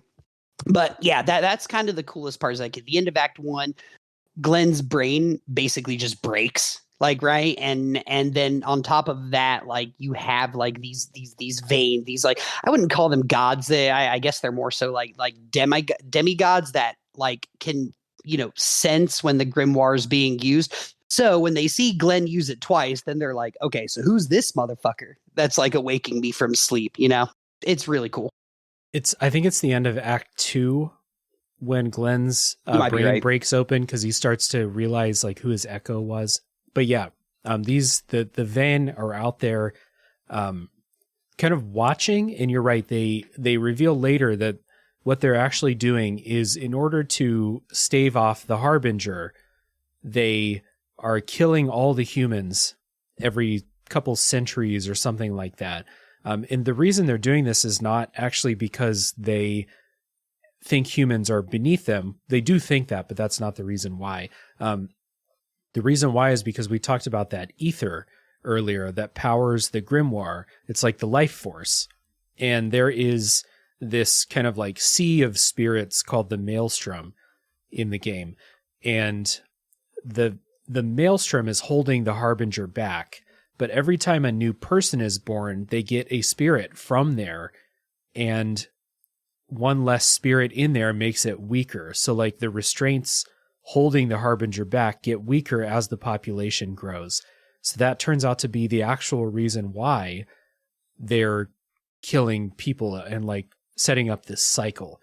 And I thought that was super cool. And it sets up a really tough like dilemma at the end of the game, but we'll get there. So the grimoire changes hands a bunch of times throughout the game, including there's a part later where you are just given the grimoire by Gwen, who we talked about. There's a part at the end of Act 2 when you're again going to get the grimoire, and you basically win, but then someone comes in real late. It's like a high-ranking soldier or something like that comes in and kills Len. And Glenn gets this kind of like vision of the Ven being freed. You learn that Len was like housing them, like her body is protecting these demigods. Basically, they sacrifice themselves to bring her back to life and give Glenn like that couple seconds to like deflect that blow that would have killed her. So I was kind of like wondering, are they still alive, or like just those three or something sacrificed themselves and there's more left, and that's what you end up going up against at the end of the game? I wasn't super clear on that. Yeah, no, me neither. I mean, they only show you three, but they refer to themselves as the Vein, and so do everybody else. So I just assume there's way more of them. I mean, there's like a doorway in Glenn's mind that he eventually has to learn to open that eventually lets you.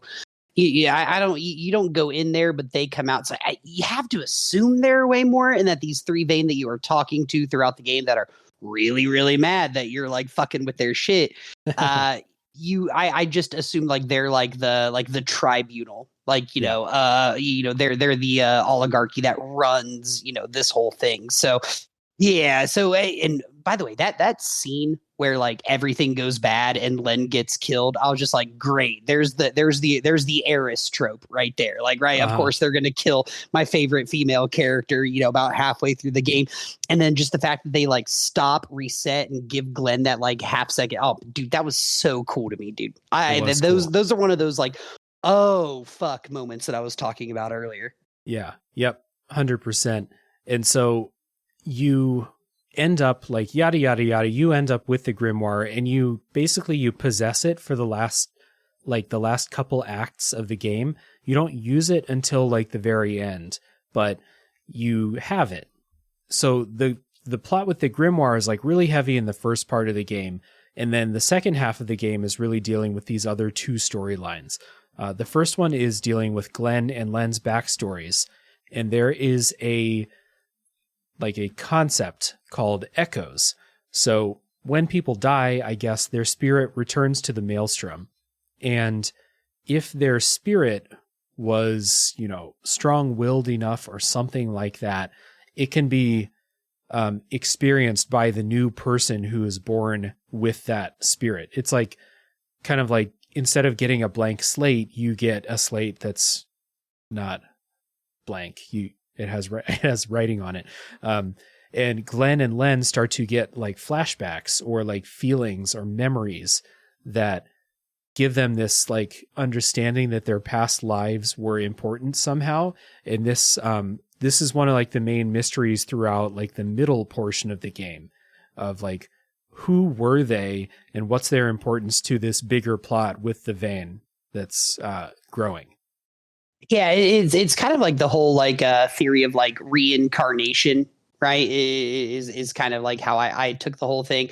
All right, so this person dies and their spirit goes up there, and who knows when in history it will come back, but that spirit will eventually be pulled from the maelstrom, and then boom, you're the exact same person, whether or not you know it, right away or not. But Glenn, and this is why I like Glenn so much, and it goes back to the anti-hero thing. Like Glenn's main like life was this guy who was basically trying to save the world, blah blah blah, and he tells people, hey, I'm gonna die, I'm gonna come back, and you gotta find me. That's gonna happen like 5 or 6 times before I'm ready to actually do it. But some of Glenn's past lives, he's like the biggest piece of shit, like, right, like he if I'm not mistaken, like one of the people that he is in his past life kills one of the people that Len is in her past life. And he's like, he's like convinced himself like, dude, like no matter what I do, no matter what life I'm in, I'm constantly just fucking shit up for people. And I believe they're the only two characters that they delve into in the game as far as their like past lives and shit go, but it doesn't like, you know, play into the main game or anything like that. Like you don't get any extra, you know, powers or skills or whatever the fuck. It's definitely like way more story based, but it's just another layer to Glenn's and Len's characters that make them such good protagonists. Is they're constantly like having to learn about the people that they were in order to further the people that they are now. And I'm really attracted to that sort of thing. I love that Glenn is literally like nobody likes him and he constantly fucks up, but he has that like, you know, that moment in a musical where the guy decides to stand against the bad guy and do his thing. So that one of the reasons that I like Glenn and I like Glenn as like protagonist in this story is because not only do you have them at like surface level, like what you can see and what you experience, but you're constantly learning about their past lives at the same pace that they are learning about their past lives, which I think is really cool. Yeah, and they do a little bait and switch with Glenn's echo too, because you get Len's echo, and her echo was also named Len, so it's very obvious who her echo was. It's this person at this monastery. It's actually a monastery full of people that like worship and work for the Ven, making sure that they succeed. And so there's this scene that begins to unfold where Len has this boyfriend at the monastery, and she also has this other person that she's actually, not phrased well. She is betrothed to marry somebody who's a real piece of shit. And she has a person that she actually loves, and we're led to believe that that's Glenn. And Glenn even believes it too. And there's a part in the game where Len knows the truth, but Glenn doesn't. He thinks that he was like her long lost love. And there's a scene they show where the piece of shit, like fiance or whatever, comes in, tries to kill the person that Len loves, and Len like jumps in front, and he ends up like mortally wounding her as well. So they do this spell to send her spirit into the maelstrom to be reborn because she's important. She can't die. And then we think we see a scene where they're like, okay, we're going to send her lover's spirit through the maelstrom too, so they can meet up again someday. And we think, oh, it's Glenn. They're going to have this wonderful reunion. Hooray! Yeah. And then Glenn is like, I'm your long lost Timothy, I think his name is. And she's like, she freaks out because she knows it's not actually him. Actually, Glenn's past life was the guy who stabbed Len and almost killed her, that piece of shit. So when he finds out about that, he's like, man, my original life was a real piece of shit. I fucked up in this current life. What am I doing? And the thing that brings it all together is you do learn about the lives in between that Glenn had, because he had, like you said, like 4 or 5 other lives, and he was a really good person in those other lives. So that's part of like the redemption arc and like the coming to terms with like your past lives don't define you. Like what you're going to do right here in this second, like you said, that musical moment, like you said, Glenn is like, you know, I may have been the worst piece of shit in my previous life. My other previous lives were not like that though. And now I have a choice. And so it's all part of this building up to like when Glenn gets the courage to use the grimoire later and become a leader for the group. Yeah, no, it goes right back to what you were saying about the story. It's just so well crafted, and even though it's constantly throwing you for loops and constantly surprising you with things like that, like at its core, it's this really adorable little story that's what Dave said. It's all about like, you know, reconciling with like the person you may have been and like, you know, trying to use that lesson to further the person you want to become. And it's extremely relatable. So I really like that about the game. Yeah. And we also find out that some of our other characters that were a little bit mysterious, like Victor, who he's of this other race that like lives for a long, long time.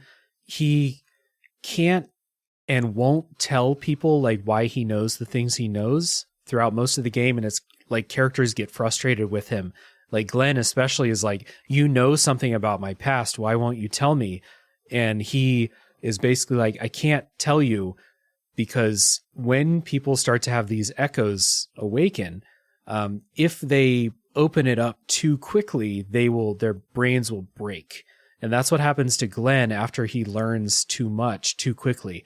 And there's a part in the game where you have to go inside of Glenn's brain and kind of like fix what the boss is called a chained echo in there, and kind of fix it all and make it so that he can process all of these things. But it turns out that Victor has lived for a long, long time. One of his teachers when he was a student was Glenn, one of Glenn's past lives.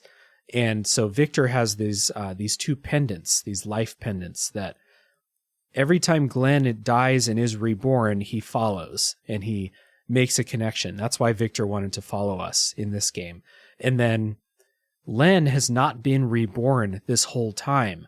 So Victor's been on this quest of like finding Glenn, keeping tabs or forming a relationship, whatever it takes, until Len is reborn too, because she's the one who's actually really, really important to this, what they think they should do with the Ven. Of course, we're going to go against that later. But like the way that this story unfolded with Glenn and Len's backstory, but also bringing in Victor and Bathraz, their backstories, was like this really neat, like tying up of a storyline. Was super satisfying and very cool too. Yeah, and I was kind of always thinking like, I don't know exactly how long whatever Victor is, like how long they actually live. But if he's lived through like 5 or 6 of Glenn's past lives, you have to assume this guy's like 1,000 years old at this point, right? And how extremely frustrating it has to be able to make sure to find the exact point in history to where he can get both Len and Glenn together at the same time to finally bring the end of this. Victor's like my underrated character of the game. I loved him in the battle, or I loved using him in battle. And I think I liked his story the most out of all. And, and it's frustrating as a gamer too, when you're like, you want to know more. And Victor's just like, well, if I tell you anymore, you'll go insane and die. Okay, I guess I'll wait. I guess I'll just like wait then.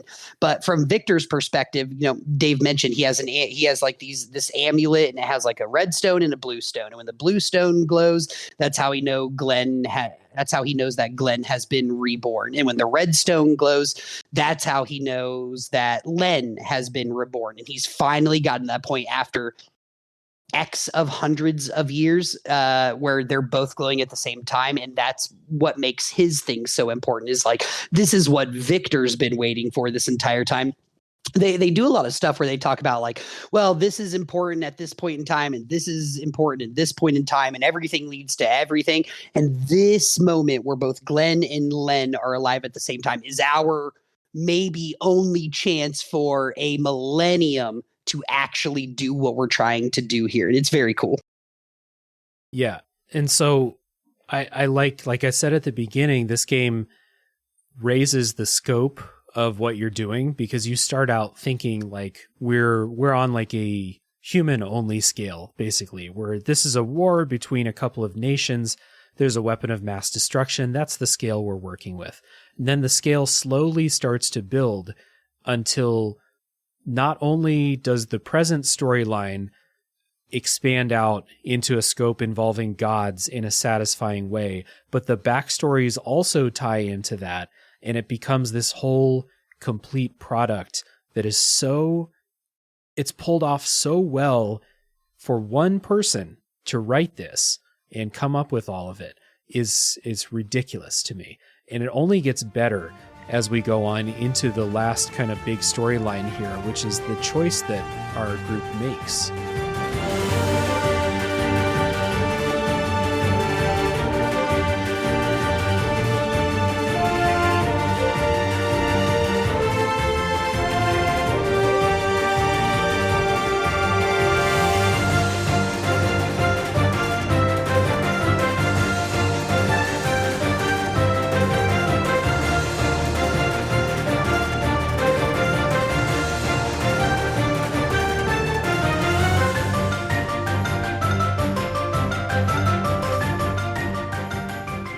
So at the end, we have a choice to make. We've been dealing with this entity called the Church. Also very funny, just for a second, Keelian infiltrates the church by like having sex with one of the bishops or something like that. Yeah, he's definitely fucking that guy. Yeah, he did not have a shirt on. It's very clearly implied that that's how he infiltrated the church, which is very funny to me. So good on you, Killian. And so we're dealing with this church, and we come up against these two motivations here. So the church is trying to build up the power of the grimoire, I think. Or at least that's one of their motivations here, is they're creating these monsters. And you get a nice little like section where they do like a commentary on religion and, you know, fear and trying to drive people to religion through like, you know, making them afraid of things. We have a little bit of that. And it turns out the church is not quite trying to do that. Now, what they're actually doing is way worse. But we have a storyline where the church is creating these monsters, and they're creating these giant flesh monsters to drain the ether from the maelstrom and weaken it and bring about the harbinger. So we have a choice at the end of the game. We can kind of take matters into our own hands, kill the Ven, and let the harbinger come, because the Ven are the ones that are holding the harbinger back. Or keep in mind that the Ven are like, the reason we're doing that, sorry, I'm getting all mixed up. The reason we would do that is because, like we said earlier, the Ven are they're perpetrating this cycle of destruction. They keep killing all people every couple of centuries to keep the harbinger at bay. So we have a really tough choice here. Do we kill the Ven and stop this cycle of destruction, or and let the harbinger in, or do we let the Ven continue and stop the church, but humanity is going to be wiped out, including all of our characters? So Aaron, did you think you were going to have a choice during this section here?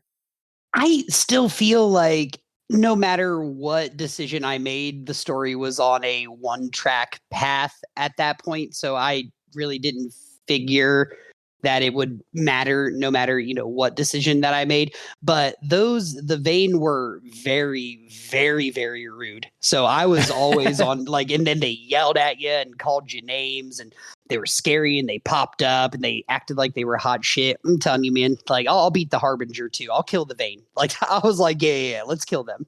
Right. I don't like them at all. Well, dude. You don't actually get a choice, but like, I thought you would get a choice at some point. It's not like, again, this is a game made by one person. It's not super surprising to me that there isn't a choice. I also thought for a second, because Len is the one who's housing the Ven, so I thought that in order to kill them, we would have to kill her. Kill her, yep. Yeah, which would have been gutting. Heartbreaking. Yeah. Heartbreaking, dude. So what actually happens is that the party decides that we're going to take care of the immediate threat. We're going to kill the Ven, and it's going to release the harbinger. And then later we will try to find a weapon that can stop the harbinger. So we're in like the final part of the game here, the final boss. First you fight Killian, because you go to take on the Ven. Killian shows up, and he kind of steals the power that was meant for Glenn. That other character, Gwaine, is kind of transferring his power to Glenn. He's going to be the next person who can kind of be timeless with all these magical powers. Killian steals it, and we have a 2-phase boss fight against Killian. One of them is in the sky armor, one of them is on foot. And the one in the sky armor was the one that I died on and had to reset and like really think about what I was doing. And this dude, and I don't know, how far did you really like delve into like the sky armor customizations, like what each weapon did, and like mastering those different things and making sure that everybody in your party had like a specific role when it came to the sky armor thing? No. Or were you just No. so that's why you died. Like I'm not shitting. I did that for like, I didn't even get that like different weapons gave you different skills, and I was just kind of, you know, like playing it by ear. But once I realized that, like, okay, so what you really have to do is everybody has to have a different kind of frame for their sky armor. Everybody has to have a different weapon. Everybody has to have a different long range weapon. Everybody has to have a different, like, I guess it would be like an accessory, I guess, to your sky armor. And if everybody had a different role, it made the sky armor fights way, way, way easier. Like, you had to have somebody that could do like poison and blind and enact, and you had to have a healer, and you had to have an elementalist, and you had to have somebody that was like just straight up brute strength. And if every single person that you used your sky armor with had a different set of skills, it made the battles much, much, much easier because you always had an option. You know what I mean? So like that last boss fight, it was tough, but like I'm telling you this right now, I just had Sienna in my sky armor, and she would just poison, blind, enact, and then I would just have Bethraz like hit their elementals. I would have Victor constantly healing, and Glenn was my ninja.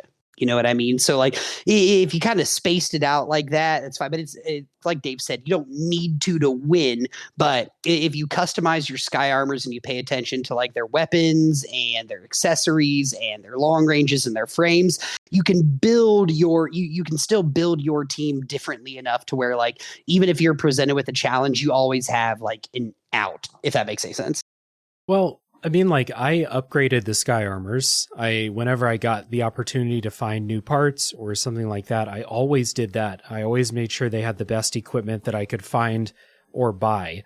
I just didn't really fuck with, like, mastering other weapons for other characters and stuff like that. And, like, so I said I died. I died once. I beat it on the next try. It's not like this was, like, a meat wall that I couldn't get through or something.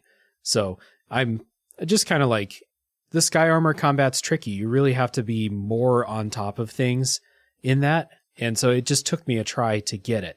But this was like the final test for sky armor combat because it's the last sky armor fight, fighting against Killian. And then you fight Killian on foot, and I did fine against him there. Then the Ven show up, and they merge with Killian. And it's a really cool fight with like these scripted events where you'll be fighting them. The fight's very difficult. Like every single move I did had to be thoroughly planned out. I would sit for like a minute and think about what my next move would be, switching characters out, or using the ultimate attack now, or do I use a potion here, or do I defend? Stuff like that, all managing overdrive, basically. But this fight's really cool because the Ven have these big scripted attacks where they're like, we're going to kill everyone in one hit. And then Killian's like, no, you're not. I'm bringing them back. That shocked me. I was literally like, I was cruising through that battle, dude. I was fucking this thing up. And then he used one attack and everybody died. I'm like, God damn it, what did I do wrong? And then Killian's just like, oh, it's cool, I'm a good guy now, and he brings everybody back to life. And I'm like, all right, Killian, you're fine. You're fine. And like, there's another one where the Ven like split up into like 7 other enemies, and I was like, oh, I can't handle this.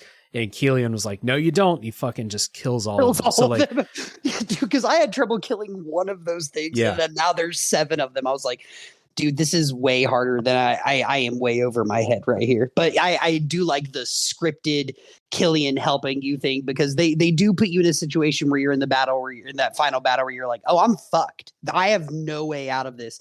And the only way they can redeem Killian's character is by making him help you in that final battle, which I thought was really cool. It was really cool. So like Killian is like, the whole time Killian has had good intentions, but going about it in the wrong way.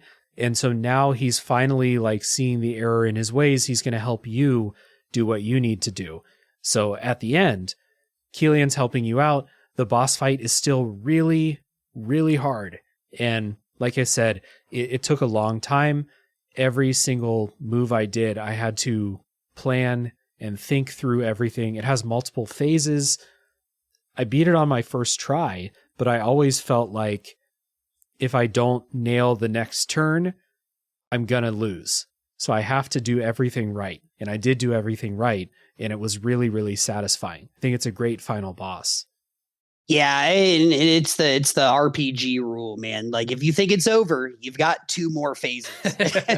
That's what you're just like, yes, that sucked, but yes, oh, now we're gonna all the strongest people in the game are gonna fuse with the strongest boss you've ever fought. Now you got to fight us in 3 phases. I'm just like, God damn it, let's go, because I loved it. Yeah.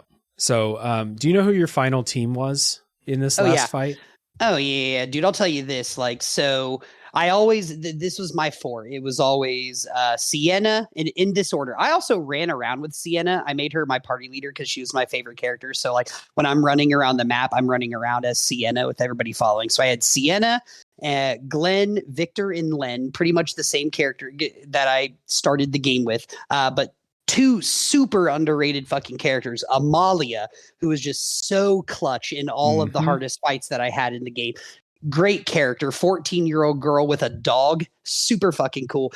And then Mika, the martial arts chick that you meet. Like she like if you learn her skills properly, she's all about like setting up combos and like finishing moves and stuff. Bro, she puts out damage. So I also had, I think, Rob and Magnolia there just as kind of like a just in case thing. And Rob actually did help me out in the final battle fairly well. But I'm telling you, it was Glenn, Len, Sienna, Victor, Amalia, and Mika who were like, those are my people right there. Mm-hmm. I never got Mika. So my final 8, my first 4, although like in the last battle, I was constantly switching.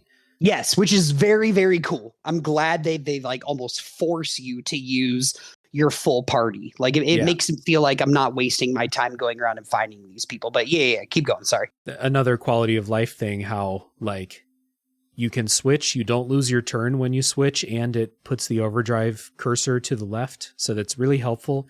So my last party was Victor, Glenn, Len, and Bathraz were like the damage party. I guess Sienna too, depending on if I needed physical damage or if I wanted magic damage. But the backups were all super helpful in their own ways. So Egil, the bird, was crucial in the final fight to... Man, I hated that guy so much, dude. For most of the game. Not useful, but in the final boss, I needed someone to soak damage for a couple turns every now and then, and he did. Same with Raphael, who's another optional character. He uses magic and stuff, but he was mostly a tank for me. And then Amalia and Sienna. So like Rob sat on the bench for the last boss. He's just, status effects were useful, but not that useful. And I was just constantly switching. Most of the battle, I had 2 healers out at the same time because I just couldn't keep up without it. So Amalia and Victor were both super clutch. Yeah, I was just so satisfied with this final battle. I had to use everything I knew about the combat system to beat it. Yeah, it was perfect. It was like the perfect like accumulation of like all of the bad stuff the game throws at you, they throw at you. It's not like you're like, okay, I got to the final boss. He's got 2 or 3 moves I've never seen before, but mainly I'm just like crushing away at HP and healing myself until I can figure it out. Now, in this battle, like he's debuffing you. They're constantly throwing wild cards at you. They morph. They get 10 times stronger. So you're like, okay, so now I got to bring out Mika right here. Sienna's low on, whatever. Her bleed's not working anymore because she's used it too many times.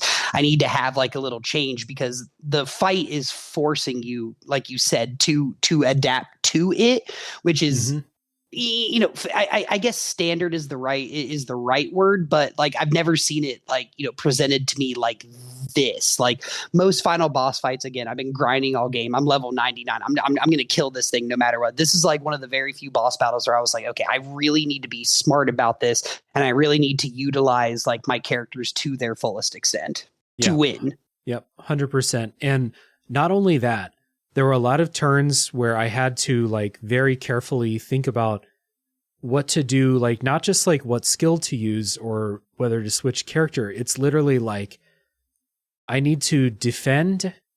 Defending is not the sexy thing to do, but I have to. It is the correct thing to do is to defend. Yep. Or Glenn has that skill to take the overdrive meter down called like restrain or something. Yeah. Great. Use that constantly through the final boss. Like Glenn was just restraining and healing people. That's all. He wasn't even doing damage. And then that is like, so wild that because because I didn't use Raphael or Eagle because like Glenn was my tank. That's such a crazy way to use him, dude. That's wild. Yeah. So it's just, yeah, I have nothing but good things to say about like the strategy of the final boss, but like it looks super fucking metal too. The stuff with Killian is great. And so when you kill the final boss, we go on to the ending. So you've killed the Ven, you know that you have freed the Harbinger. So it's a victory of sorts, but you know that the Harbinger is coming now, and this is the perfect sequel hook. Yeah, exactly. Like, and I actually, you know, it was a very like simple ending to the game, but I really felt like it wrapped up like Glenn's character like really, really well. But it's like I said earlier, dude, it lends itself to the sequel. It's like this brief moment of peace, but everybody in the end, you know, whether or not they're enjoying themselves or having, you know, their last conversations. I mean, like, so one of the things about Amalia is Amalia and Bethraz, they're both cursed, right? And like, if you get something cool if you're cursed, but something bad has to happen to you. You have to sacrifice something. Bethraz sacrificed his limbs to gain the power to kill the people who killed his son. Amalia was like a 12-year-old girl. She gets this curse, and what she had to give up in exchange was her life. So Amalia eventually comes out and says like, hey, dude, I got like 2 years to live. Like, that's what it is. And the end of the story wraps up with her and Bethraz having this conversation. And they're kind of like BFFs throughout the game, where Bethraz is like, no. I'm going to go figure this out. So like, that's open-ended. Then you have the Harbinger. Yeah. That's open-ended. Then you also have like, you know, can I talk about what happens to Glenn at the end, or do you think I should like not? No. Yeah. I mean, we're in the spoiler section, so Yeah, I mean, like, yeah, but I don't. Glenn dies basically, but he always talks about how like he wishes he was a bird or whatever, and you are led to believe that he's like reincarnated as this bird at the very end. So like, you have a lot of open-end stories. Like, okay, so like Glenn is dead, but is he really? Does he have another past life that's going to come to fruition in the second game? Are Bethraz and Amalia going to figure out how to stop this curse? What's going on with the Harbinger? So it's like that episode of Game of Thrones in the last season where like they know the White Walkers are coming and they're kind of all just like chilling and having fun and enjoying each other's company while they can, while still knowing something terrible, much more terrible than they've ever had to think about before, is looming on the horizon. So it's a very bittersweet ending. Like, you're really happy because one, you know, there's probably going to be a sequel because it's totally leading you to believe that. But like, two, like, you know, it also does a really good job of being like, no. We're going to keep you engaged until the next game comes out. These are big story points that we did not wrap up, but alluded to them in the ending. So you know that hopefully if another game gets made, we can wrap those up too, which is very fucking cool. Yeah, and the other storyline is that Len is going to continue looking for like a new weapon that can kill the Harbinger. I didn't say earlier, but like the Grimoire is useless now because Glenn used it in an empty place to kill a giant monster that apparently doesn't have a soul or something like that. So the Grimoire is done. The way to destroy the Grimoire that they talked about was to use it in an empty place that doesn't have anything to kill. So you do use it in like the middle of the ocean to kill this like thing that the Ven summon. We get the impression that you can't use the Grimoire anymore. So now Len is on the search for a new weapon that will help us kill the Harbinger. And that's part of the hook for the sequel too. But like you said, like Bethraz and Amalia are going to try to find a way to reverse this like curse that's been put on them. And yeah, Killian is out adventuring. Glenn is a bird. We're not sure what's going to go on there, but I think it's like a really Glenn is a bird. Yeah, as you are. It's a really neat like wrap up on the main story of this game while also introducing a very clear direction to take a sequel. And I really hope we get a sequel for this game.